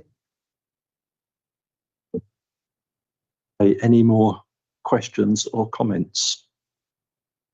Councillor Bailey. I know I've already had one go at this, but one of the things that was in the UK Shared Prosperity Fund was a requirement to put up a metal plaque for to say this was funded by. And I just wonder whether this, for the bigger projects, whether as a way of recognising it was Hart that helped towards this legacy, whether a similar requirement could be made that if those £50,000 projects, that there is somewhere within the project that recognises that this was part funded or funded by Art District Council as we sail off into the sunset. Just a thought. where it's possible to do so. Thank you. Any further comments? No. Okay, well, thank you very much, everyone. Thank you, Nikki. Thank you, Chair. Thank you, Councillor Wildsmith. Right. Item 11, Unity Asset Transfer Policy. Mr. Clark. Thank you, Chairman. Oh, yes. May I just ask one question on this? I read through the papers and it doesn't specifically mention, if I recall, parishes or town council as being potential recipients of this. But I wondered if there was a need to declare an interest if any member here is on a parish or town council, if it did apply to them. Are you talking about the funding? Yes. Yes. Chairman, towns and parish councils would be eligible under this community asset transfer policy.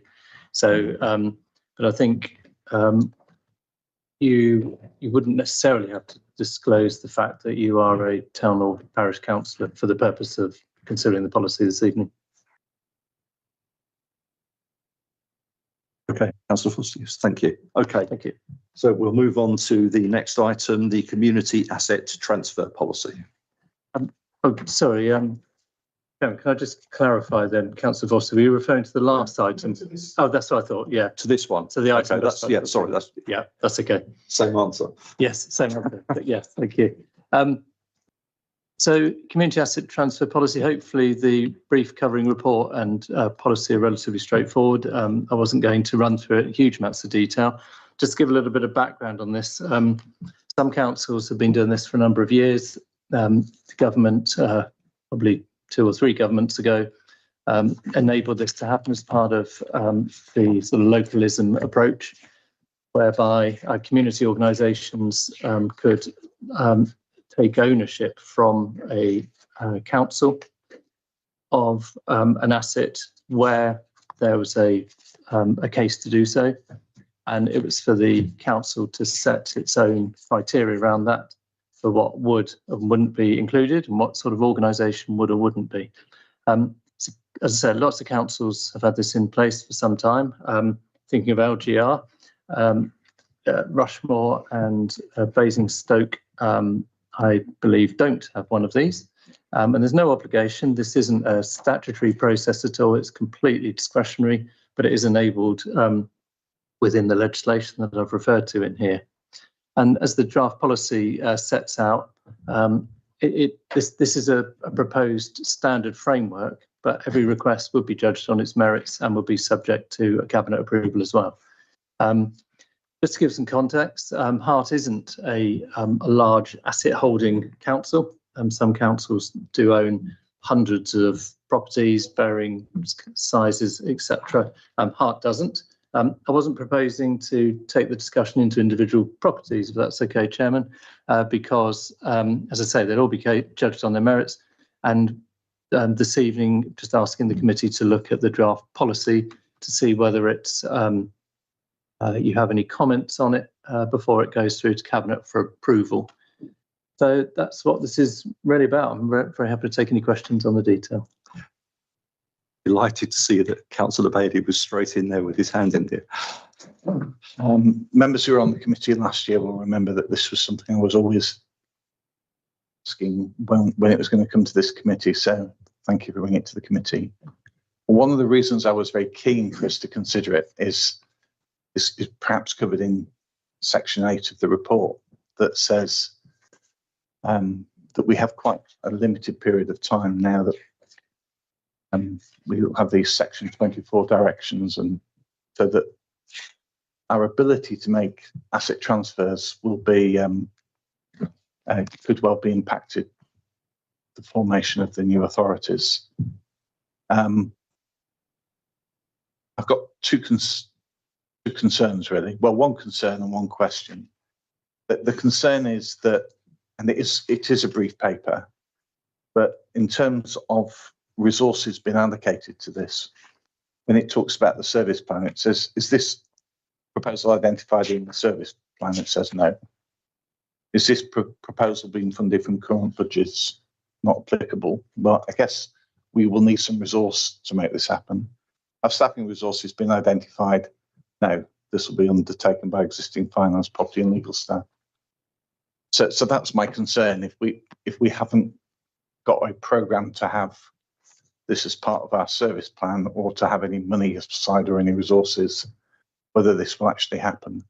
There are lots of councils that haven't done anything of this, but there are other councils in Hampshire, and I know Eastleigh is one of those, that have been doing this now ever since there was a whisper of local government reform. And the reason they've done it is because they are, as we were looking at the previous paper, are keen to do all they can to preserve local services and local assets before we get swallowed up into a council that inevitably, because of the range of statutory services that they will have to deliver, will be more constrained by cash limits and everything else. So I make that as a comment. My question is, have we got a list of the assets that, because I think it could be more than buildings. I think and I know you don't want to talk about individual assets, but I think in Yateley there are ponds that are covered, that are looked after by the district council. There's the Royal Oak Valley that runs, which is a walkway. Now, whether the town council would be interested in taking those over, I don't know. But my concern is how well they would be managed, perhaps in the future, and there might be a case alongside other buildings that might be seen as buildings that would be disposed of by a future authority. So I'm sorry that's not really all questions, but there's comments and questions in there. I'd be interested to see your comments. Yeah, absolutely. I understand, Councillor Bailey. So firstly, thank you for drawing the attention to paragraph 8, by the way, because you'll probably be aware, Councillor Beattie might not be, but from the Chief Executive's briefings on local government reorganisation, that once the shadow council is set up, which will be next May, the government's what they call a section 24 direction kicks in, which adds another stage of process to decision making around asset disposals, new contracts entered into, and it means that the shadow council can actually block anything that's not in the interests of the new unitary. It doesn't mean so they will, and there are financial limits that will be set through that. So it's not necessarily going to interfere with anything we want to do under this policy, but potentially it could be a factor, and that's why I've made the reference in here. So that's the point there. As you say, Councillor Bailey, there are other councils. My previous council before I came here have had this in place for many years because it owned quite a few assets, had lots of towns and parish councils, and it transferred public conveniences, a museum, little bits of land, etc. I think the key point you mentioned about the pond that we look after, the key point is about ownership. We have to own it in order to be able to give it to someone else. So the plan is, once Cabinet have considered this, if Cabinet consider it, then we launch it and we actually go out to towns and parishes and talk to them about it. And then they might come forward and say, that building there, that bit of land there, that pond there, would that come in scope? And we would go off, check whether we own it or not. If we don't, then it's probably out of scope for this because it's not ours to transfer. If we do, then we'll check it against the criteria and we'll get into a conversation. You made a good point about the resources. We have an in-house surveyor and an in-house legal team, I mean, shared with Basingstoke, but nevertheless. And the level of activity that this policy is like to generate, we should be able to accommodate the surveying and legal work from within that resource. So that's hence the reference in the report. Did I cover all your points there, Councillor Bailey? Okay. Thank you. Could I just see one point of clarification? I mean, I heard all the words. I just want to make sure I understood them correctly. Notwithstanding the section 24 direction and what would be a diminishing time window to get this done when the starting gun is fired, did I hear you correctly that we will basically get this policy moving and start engagement and applications such that when the section 24 direction comes out, there may be some that are on the list or off the list as a consequence, but we'll be in a good position to act quickly. Yeah, indeed. And so as soon as Cabinet's considered it, if Cabinet approve it, then we will make sure all of those organisations that we think might be interested, and we'll start with the towns and parishes, plus Kirsty and Nikki's network of community organisations. They should be aware of things that they might be interested in, and they need to check whether we own them or not. So we're not going to put up a list of what's owned by the council anywhere and say, does anyone want any of these? It will come from sort of questions coming in once we've publicised and discussed with those organisations. The likelihood is this is most likely to appeal to towns and parish councils, but there might be some community organisations out there that are aware of a bit of land or a building that we own that they might want to have a conversation with us about. But as it says at the start of the policy, the point of having this is so that any decision can be done in a transparent, consistent manner, and that's why we've got the policy, and it's relatively succinct, I hope. Councillor Thomas.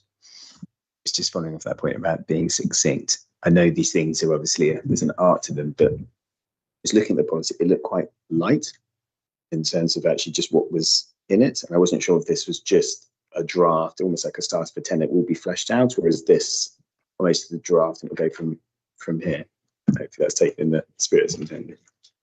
Sure, no, absolutely. No, this is the intended policy because I felt in preparing it, and I did look at what other councils do, and as I say, had experience elsewhere of this, and in my view, it doesn't need to be too complex. It specifies the type of organisation that would be eligible, and then sorts of factors that we would look at. So if a community organisation is out there that's just formed, it has no constitution, it has no finances or anything, we're probably going to be very hesitant about transferring an asset to them, because as Councillor Bailey said, the whole purpose of this is actually to put it, take LGR out of the picture, because this has been around for years, is to put local assets into perhaps better ownership that are more likely, more local ownership, where their long-term community provision can be sustained and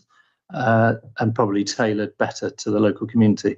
So that this is the proposed draft of the whole policy. It's not a skeleton to be fleshed out.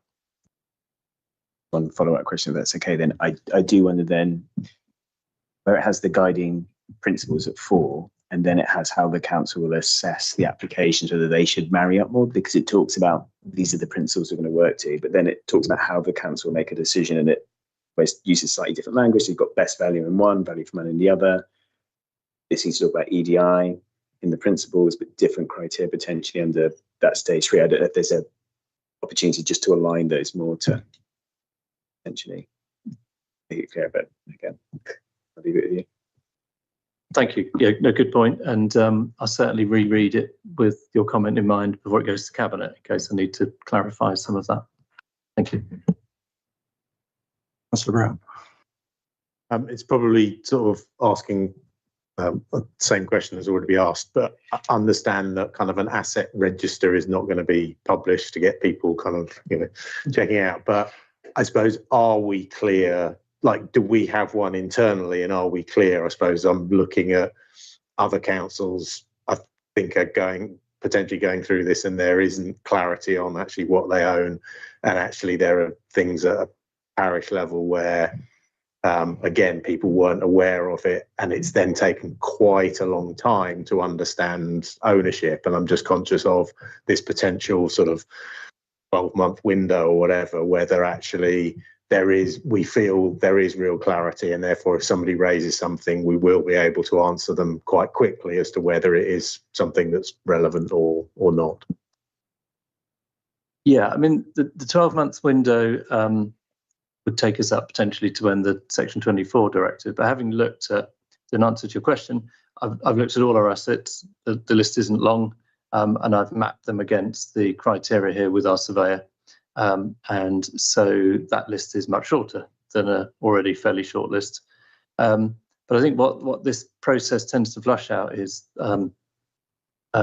perhaps things that we own that aren't on that list, particularly if they're not material ones, but somebody is aware out there in the community or town and parishes that we own a piece of land somewhere, but it's not registered for historical reasons. And then, so it might well generate some useful discussions. And that's why we would encourage people to come to us with any thoughts they might have. And so in the assessment process, the expression of interest is fairly light touch. So if a town or parish council or a community organisation said, we've read your policy, you own that piece of land, we'd like to express an interest in it. And the first things we check are, do we own it?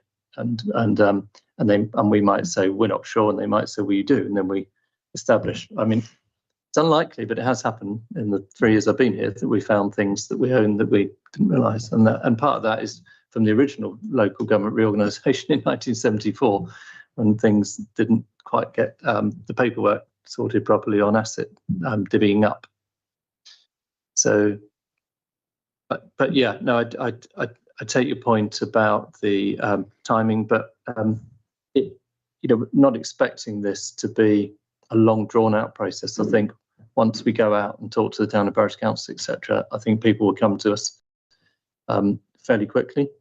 The thresholds that are likely to come through in the Section 24 order next May are fairly high. Typically, that's what's been in place for the other LGR, and that would our assets that fall within the criteria are likely to be well below that threshold. Most of them are. Thank you. Any other comments or questions? Councillor Bailey. So again, just as an example, we have the age concern building in Frogmore, Derby Green, which we own. I think that should be on the asset register, but is used throughout the week, and the building is kept. They've got a lease with us.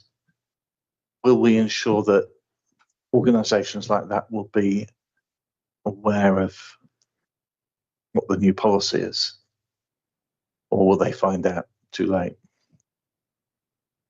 Oh, so the policy will be on the website, but I mean, tenants of, tenants, you can change landlord ownership, and the tenant's lease transfers, and so you're right. I mean, what we don't want to do is unnerve any community organisation that happens to lease or occupy or use any of the buildings that are potentially in scope.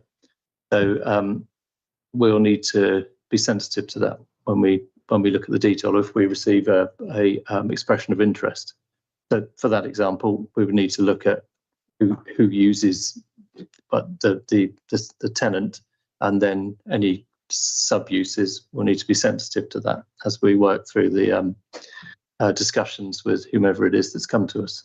It may well be the tenant that's a community organisation that says we'd really like to take the freehold.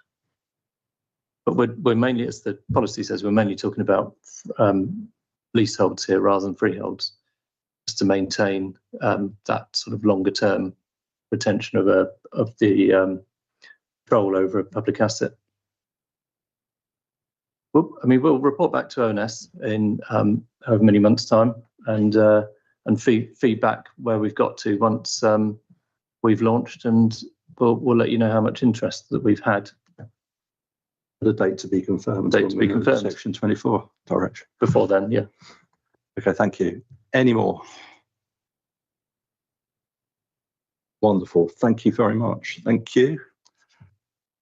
And we've captured a number of comments. So we'll move on. Half-yearly complaints analysis and local government ombudsman annual review letter, and we have Mr. Steve Bennett. You've joined us. Good evening. Good evening. I assume you're going to introduce this paper, so thank you very much. Thanks, Chair. Yes, I will. I'll take a couple of minutes to introduce the report and then invite any comments or questions. In the report you've got in front of you, there are three elements. The heart performance from 25-26. If I can remind you that, yeah, we came 6 months in, so this is the annual report. We've compiled a self-assessment based on the Ombudsman's complaint handling code and then an annual review from the Ombudsman themselves. So a word on each, if I may. Our performance, if I was going to provide a general assessment, it's been a fairly stable year in performance. Overall numbers received have been the same as last year. Stage 2 numbers have increased, but in actual terms, this actually only means an additional 3 complaints compared to last year. There has been a general rise in shared services complaints for both stage 1 and 2, accounting for 53% of all complaints received. Shared services, as you know, include Capita, Revs and Bens, waste services, some quite high profile front-facing customer channels there. There has been a subsequent decrease in the number of upheld complaints, including a reduction from the aforementioned shared services. And finally, on that performance, there has been a notable increase in AI-assisted complaints, with a resulting impact on staff time and effort to investigate complaints at both stages.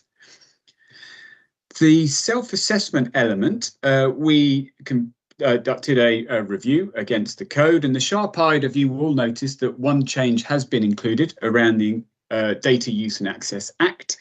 Individuals in the UK have a statutory right to lodge data protection complaints with organisations first now, before escalating to the ICO, with organisations required to implement a formal complaints process by the 19th of June. So we're a little bit ahead of that. And finally, a word on the annual review. We had 7 cases referred to the Ombudsman. No complaints escalated for investigation by the Ombudsman. There's actually 8 showing, but 1 has not been yet processed. So I'm kind of calling it 7. For those of us with a keen eye on our North Hampshire partners, as I'm sure we all are, as part of the LGR programme, Basingstoke and Dean had 6 referred to the Ombudsman. Rushmore had 3. Hampshire had 157. So that kind of puts our organisations in a nice scale. So I'll open it up for comments or questions. That was a race for hands. Councillor Forster, then Councillor Hale, please. Thank you. One of the things that I'm very aware of is that we quite often say a complaint isn't a complaint. If one of our residents makes a complaint, we only log it as a complaint if we go through a level of validation and certify that it is a complaint.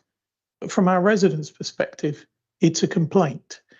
How many don't get logged as complaints that are made as complaints by residents? So any resident who mentions the word complaint will be escalated through to stage 1. That is part of the complaints code. We have enshrined that in our policy. We do, as the report sets out in somewhere, we do record the number of exclusions which we regard as service requests. And as I say, I will get there in a minute.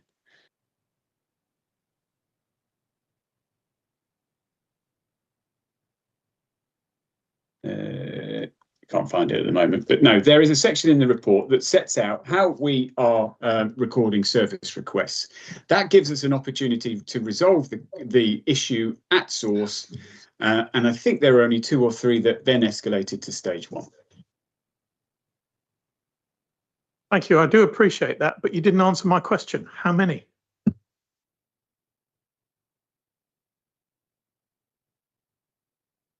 We do not have a CRM that actually records all of our contacts, so I am unable to be able to give you that figure. If I can make a request, then I think we should log that somehow, because if a resident makes a complaint, whether we treat it as a service request or otherwise, it is a complaint.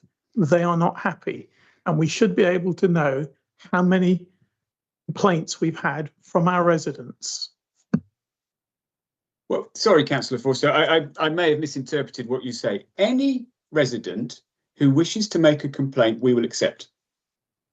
No ifs, buts or maybes. If they're saying that it's a complaint, we will register it as a stage 1 complaint. We'll take this offline because I can show you emails that show that isn't the case. We have residents who make complaints and they're told it won't proceed to stage 1 because it's not a complaint, because it's a service request. And that to me is unacceptable. I would love to see them. Okay, yeah, as you say, Councillor Forster, you asked the question. I think if you've got the data, maybe we'll take it offline and try and resolve that way what the data is. Anybody else on the complaints? Councillor Hale, sorry, I forgot, and then Councillor Brown. Hey, Steve. 3 questions from me. So you've already highlighted or mentioned the shared services to different organisations. 2/3 of the complaints related to shared services. So do we have in place sufficient oversight, contractual leverage of partners to drive sustained reductions in complaints rather than simply responding to them, is my first question. I believe we do. Yeah, so we have monthly reporting, say, I'll use waste service as an example. We will meet on a monthly basis to review performance across the service, and that will include complaints. The same applies for revs and bends as well. Thank you very much. Fascinating on the AI side, and I don't think we're alone in that. I think HR departments throughout the country are being beaten up by people using AI to support HR complaints. Are we fighting any fire with fire here in terms of how we're using AI to assist our team? There are, having just used AI myself, various case studies of councils who have incorporated AI in their own ability to triage, deal with reduced burden and workload, while still, of course, maintaining that essential human component to complaint handling. I just wondering what we're doing to rise to that challenge. That's a great question, because I think what we will find at the officer level, in the event of them compiling a response to a stage 1 or even 2, I suspect, and I won't be able to provide any specific detail, but I know for a fact that I've had the use of Copilot to help provide some starters for 10 in the creation of a response. We will always use AI, but also our own knowledge and understanding of when legislation or case law is being included within a complaint. We will want to double check that that is in fact accurate and is being quite specific around the use of the particular element. It will continue to grow, and yes, I'm very aware of other local authorities using AI to great effect. We have an AI policy. You're absolutely right. Every response will always have an officer creating and that kind of human in the loop. They will be doing their own editing, and there will be at times, if it goes to stage 2, that quality assurance review by an executive director. Excellent, thank you. Yeah, there's definitely a couple of cases, just looking up here, where there's specific AI-supported workflow and complaint handling tools may be worth looking at. And my last question is, it looks like admin errors, poor communication and staff behaviours are the main causes or themes of upheld complaints. So an action plan to deal with those things in terms of how we mitigate them moving forward, or put targets in place to stop these reoccurring issues. Have we got anything of that ilk? So what we will do with those types of responses, I mean, each report is then followed up by me presenting our operational management group. So I will be impressing with the heads of service around any trends that I identify around perhaps staff training. What is heartening to see is that, you know what, every element of staff training, some people will sometimes get it wrong. There is no apparent or obvious trend for a service area that continues to repeat.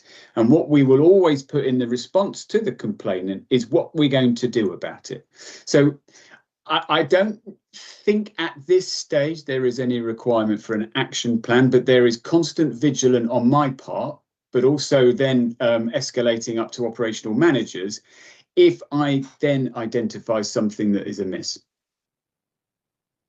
Thank you very much indeed. Much appreciated. Mr. Brown. Couple of incredibly minor points, but question one was just there's reference to just under 5 million waste collections, and I just wondered whether that was Hart or whether that was actually Hart and Basingstoke and Dean, just so that we're kind of very like. Second sort of comment particularly was the charts on 62 and 63 that sort of show the number of complaints. They've done it. You've done it kind of chart wise, and it's got every month showing. And I guess it was just a question as to is there a particular reason for showing that? And it's probably not that easy to read. I suppose we all just jump to the headline numbers.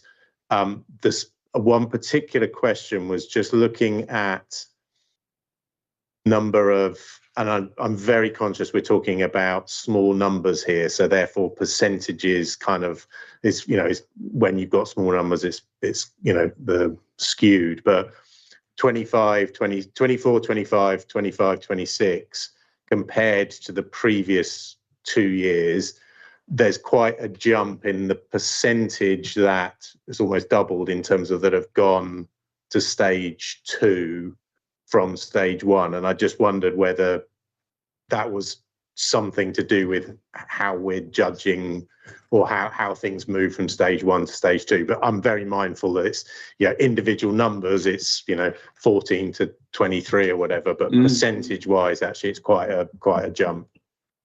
Yeah, I've written them down, so I'll take them in order. Yeah, that unbelievably is Hart only for waste collections. Remarkable, isn't it?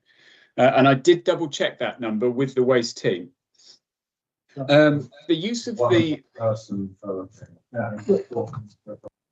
Jim, so there's 45,000 properties we collect, two collections, so food waste plus another every single week, plus we have 18,000 garden waste subscribers. You add that up, and it does come to 5 million. And one complaint. Pardon? And one complaint.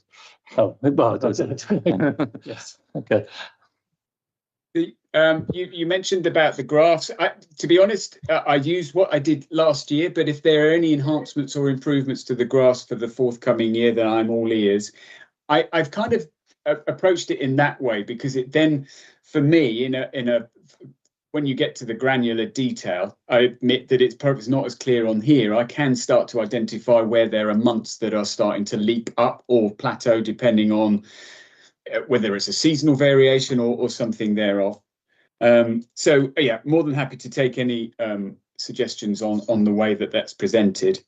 And as for the percentage of stage 2, I don't think there is any obvious one response to this. I think AI comes into it. I think when and if somebody gets a response at stage 1 that they are not happy with and remain dissatisfied with our response, it's very easy to then chuck it into the likes of Copilot and to come up with the next stage 2.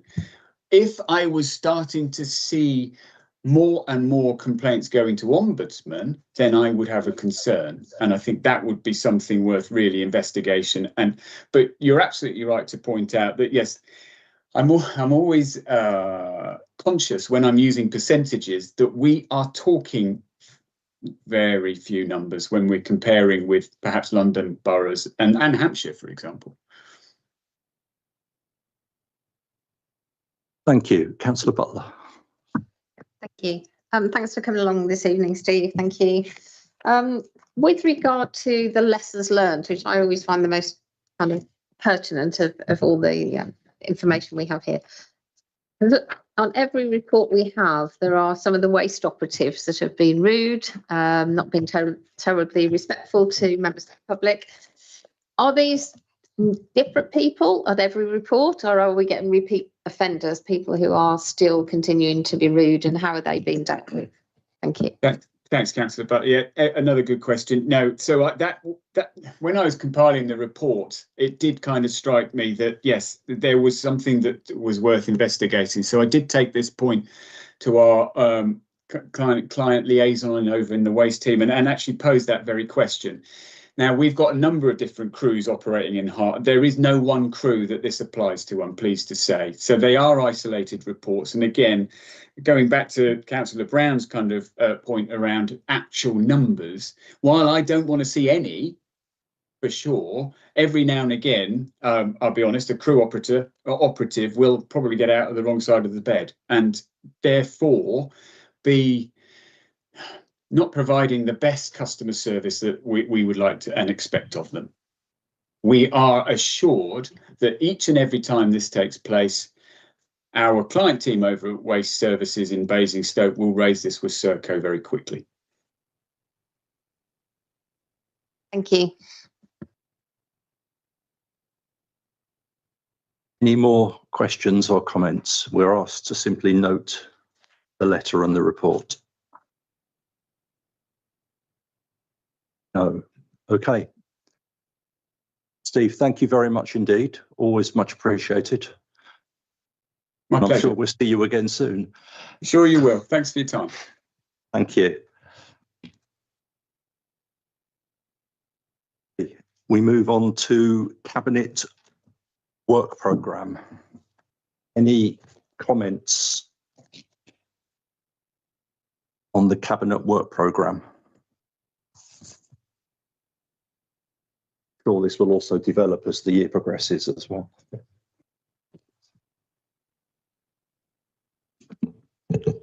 Councillor Smith. Due for performance plan outturn, we didn't see it tonight. Is that something we've already seen or that we'll see afterwards, or we're not going to see that? And that tends to just go to Cabinet because it's just an aggregation of the 4 quarters that you see through the service plan. So Cabinet don't see the service plan reports, so they see at the end of the year the total outturn for the year. Councillor Bailey. Looking at the Cabinet Work Programme, what strikes me is that there doesn't seem to be anything on the plan for the year that's linked to local government reorganisation. I just wondered whether that is because these sort of new select committees, that are not select committees, these joint committees that are made up of largely officer-led committees aren't subject to putting back to Cabinet, or what role Cabinet has. Well, Mr. Clark may want to comment. I mean, I personally was keen, because it was such an important topic, that Overview and Scrutiny had some oversight or some view of what was going on with local government reorganisation plans, etc., as we trend towards May next year and possibly even beyond.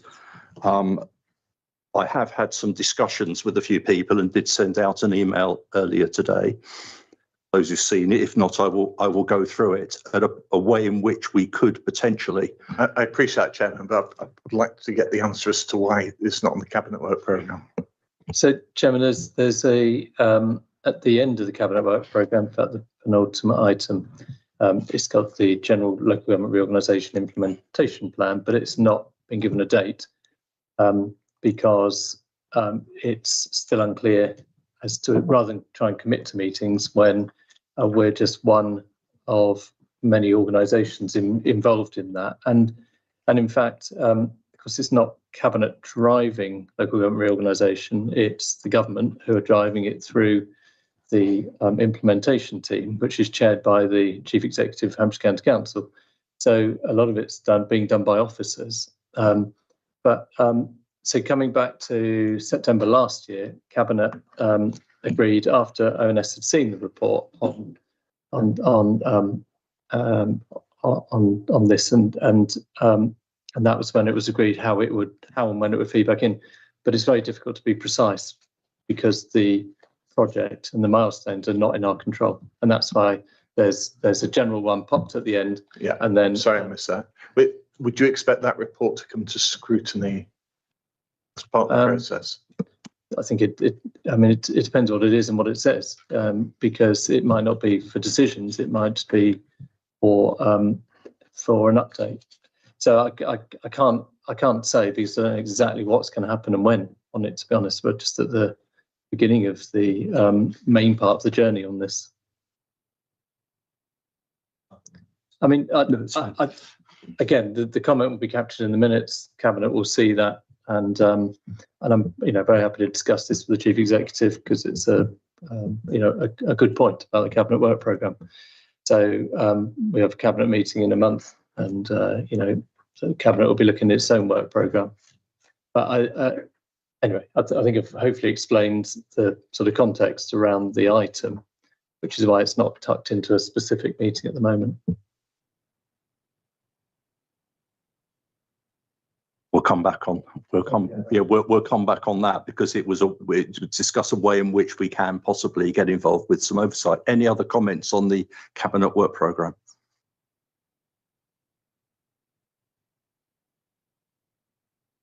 No. Okay. I've said that, but I think that will develop as the year goes on. And just a further point, I mean, not just local government reorganisation.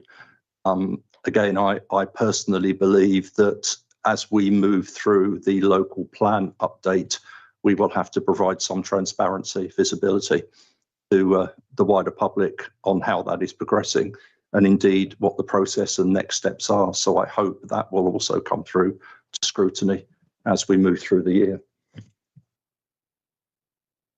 And dates aren't clear on that at the moment. And Chairman, the same item that's not attributed to a particular meeting is also on the Overview Scrutiny work programme as, again, the second one up from the bottom. Yeah, okay. So we move on to the Overview and Scrutiny work programme. I've got a couple of comments to make. We've got to add in the Q4 service panel reviews, both for July, and then get them scheduled more formally into the work programme moving forwards. So yes, correct. In fact, Q1, Q2, Q3 are in there, I believe. We just didn't pick up Q4 from 25-26. So we'll get those back in July. Yeah. And I also understand there is a pending or impending fly tipping workshop, which will have involved members who were on the previous fly tipping working group. And there's been a request for that, the output or the feedback from that workshop to come back in scrutiny in which month? So Chairman Kirsty Jenkins has said that the review workshop has now been set. I don't know the date, I'm afraid, but she was saying that it should be ready to go onto the July agenda, an item that is to review the work of the fly tipping team, make recommendations to Cabinet. That's what Kirsty 30th of June we've just had as the date. 30th of June, okay. 13th, okay. So again, that we need, I suggest, to get onto the work programme for July as well. Any other comments before I deal with the LGR issue? Can we just get the committee to agree to? Okay, yeah, sorry. Is everyone happy for fly tipping following the workshop to come back to scrutiny in July? Any dissenters? No. Thank you. Thank you, Graham. Sorry, Chairman, you mentioned the local plan. There are items in there on the local plan to do with Gateway 1 phase, etc. So there are, they haven't got a date, but they are in there. Okay. And you said that local plan update Gateway 1 phase, no date at the moment. So I thought there are others. I thought the local plan timetable had now been published, so there were actually dates that we could start looking at when they are in. But through and I couldn't see them, but it's possible I missed it. Anyway, we'll get some clarification on those dates. Any other comments of items not on the work programme? Okay, fine. In local government reorganisation, I have been speaking with officers, and I have also spoken with the leader of the council, and it's to try and put forward a way in which local government reorganisation, with particular focus on what will be the joint committee, how we can get some oversight as overview and scrutiny of what's happening and some input into that process. The issue with that, I'm sure Mr. Clark will correct me if I'm wrong with any of this, the issue with all of this is that we have multiple local authorities involved. That we are advised, and we've seen worked fairly well with Somerset, where they set up a joint scrutiny committee. It was permitted under the Local Government Act, but basically they set up a committee where there were representatives from scrutiny panels of each of the authorities that effectively scrutinised the work and input into on an advisory capacity, clearly, not a decision-making capacity, the direction of the plan and what the joint committee were doing. And it was felt that this could be a good model to explore further. To make it work, we would need, number one, the agreement of overview and scrutiny in principle that we should look at this option of a joint scrutiny committee. And it would be, for example, 3 members from each of the authorities, including Hampshire, would sit on a scrutiny body and then report back, reporting lines to be determined, both to scrutiny, to the joint committee and to the council as well, with any feedback they would have. So we would have to agree in principle that this is something that we feel should be considered. And we would have to invite Cabinet to make approach and to discuss this as a possible model with the other local authorities, because clearly we can't do this in splendid isolation. And there have been some discussions. So the suggestion is, or my proposal is, that in principle, we look to agree a joint scrutiny committee, us and the other local authorities involved. Then if this overview and scrutiny committee agree to that, then I would write to David Neighbour as leader of the council, i.e. to Cabinet, inviting them to consider and then pursue with dialogue with the other authorities. So a 2-stage process. Some hurdles to get over, but we have to start somewhere on this. And it might provide some further transparency, say, and oversight of not just the individuals on the joint committee, but wider council members, i.e. overview and scrutiny members, into what is going to be taking place over the next 12 months or so. So my proposal is that we at least explore this. So I'm asking for support in principle for exploring a joint scrutiny approach aligned to the future North Hampshire Joint Committee. And then subsequently, if that is approved, to invite Cabinet to engage with the other authorities to consider whether this sort of arrangement might be appropriate, proportionate and beneficial. Mr. Clark. Chairman, only just to remind the committee that we're under the work programme items. This isn't, I don't think you're proposing a new agenda item for this evening. It's under the work programme item as a piece of work that you are proposing to the committee that they explore. For us to recommend to Cabinet to consider. Yeah, okay. So it's not going directly onto the work programme, which is why I've left it till now. It's for us to make a suggestion to Cabinet that they pursue. And I say it has been done in discussion with both officers and the leader of the council to this point, to the Bailey. And what was the leader's view? The leader, I mean, I say rather like myself, I'm lumping myself with the leader. There are clearly hurdles to get over to make this work in terms of transparency and cooperation and visibility. I don't think it was not rejected as an outlandish suggestion. So he was not to put words into his mouth, but when I spoke to him earlier today, he was more than happy for this to be put forward as a suggestion. Whether or not it ultimately sort of manifests itself into something more meaningful is dependent on a lot of discussions and a lot of people, but we have to start somewhere. If we don't ask, we clearly won't get there at all. So I guess my concern is we got this email a couple of hours before this meeting, and rather than having a paper brought to us, which would, I mean, you're saying 3 members from each authority, and how that would work and all that sort of stuff. I'm not sure what we're actually being asked to agree, because we haven't got a paper or a recommendation in front of us, or a paper that was sent out with the papers during the usual statutory for meetings. So at the moment, what I'm saying is, do we support in principle at least exploring a joint scrutiny approach?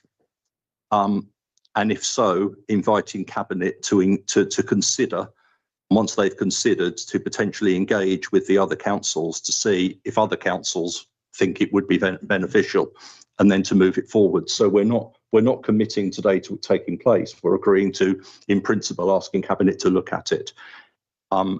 If you need more information and more data on this, I'm guessing it's not hugely time critical. It's not a decision that needs to be taken necessarily tomorrow.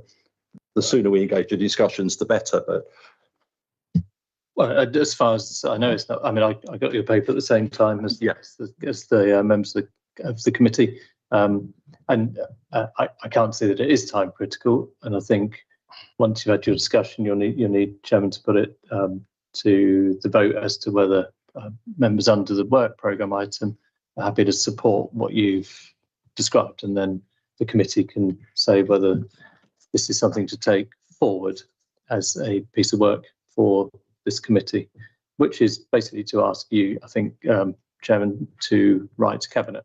Indeed so, at this stage. So we're not committing the council to do anything. We're asking for Cabinet to look at it. Look, I don't think it's not something that needs to be in place on Wednesday morning.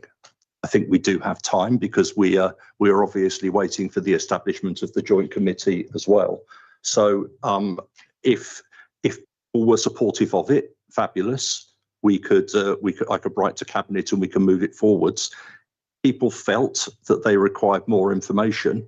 I would rather wait and do that rather than having it rejected through lack of information at this stage. I'm not set on it being done tomorrow for the sake of it being done for tomorrow. For Jones. Thank you. Yes. Yes, it is rather short notice, and I had a very quick look to see what alternatives there might be, and I think there are some alternatives.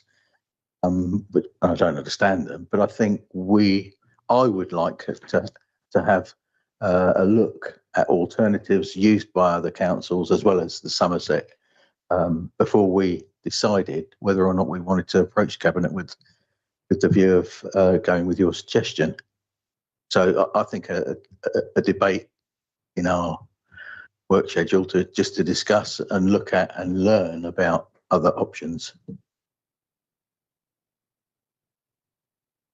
Not sure when this could sensibly come back. Oh, you have a overview and scrutiny meeting every month, and you could choose. I guess, Chairman, you can either propose it now, get a seconder, put it to the vote as to whether you want to do it now as a piece of work under your work programme, or sort of withdraw it now and re-raise it at the next meeting, given that some councillors are asking for a bit more time. Indeed so, and I'm mindful of that, but I'm not trying to, I mean, I distributed the information as soon as we had the information available. It just happened to be today. I do accept that was short notice. That said, it was done as part of a discussion of the work programme and putting a request through. If the consensus is, I'm looking round, so if the consensus is that we should wait for some further information and get greater clarification of options, we can look to put it, if people are in agreement, onto the work programme for next month, because we have a fair bit of the information. You could. I mean, you need to define exactly what the item is, because I mean, what is the piece of work that you are looking to do, and will that require officers to go and do any work? I think if you wanted to just raise it again, Chairman, and propose it at the next meeting under the work programme item. That's what I meant, but with a paper that people have got more chance to consider with some options on it. Would that be acceptable? Councillor Hale. I mean, I haven't read your email at all, so this is all new. However, would hate for us to be considered glacial in making decisions. Am I right in thinking all you're looking for us is to explore ask Cabinet to seek permission to explore it with other councils. Yes. I mean, I don't know why we'd say no to that, but if there is other options, then yeah, whatever. Well, one option is not to do anything, but yes, there's always other options. But Councillor Butler. Yeah, it was very short notice, so I support this coming back for proper discussion on a proper paper setting out other options. I mean, things like, Surrey is obviously a year ahead. What have they done? You've picked one particular council, but what have other councils done? Taking into consideration officer time that's going to be involved in this as well, please. Okay, well, look, I know where this has come from. I know what information we've got. Let's do it not as a formal agenda item, but as part of the work programme, but we will submit a paper of some or a note of some description with more information on that people have got more time to consider. I say we're not taking a decision on behalf of the council. We're asking council to consider doing something, which may or may not lead to ultimately to a joint scrutiny committee. So I'll bring it back at the next meeting. That seems to be the mindset.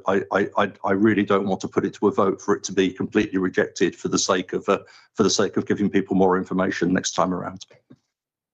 Is that okay with everyone? Yeah, I mean, scrutiny, when it's done properly, is helpful for everybody.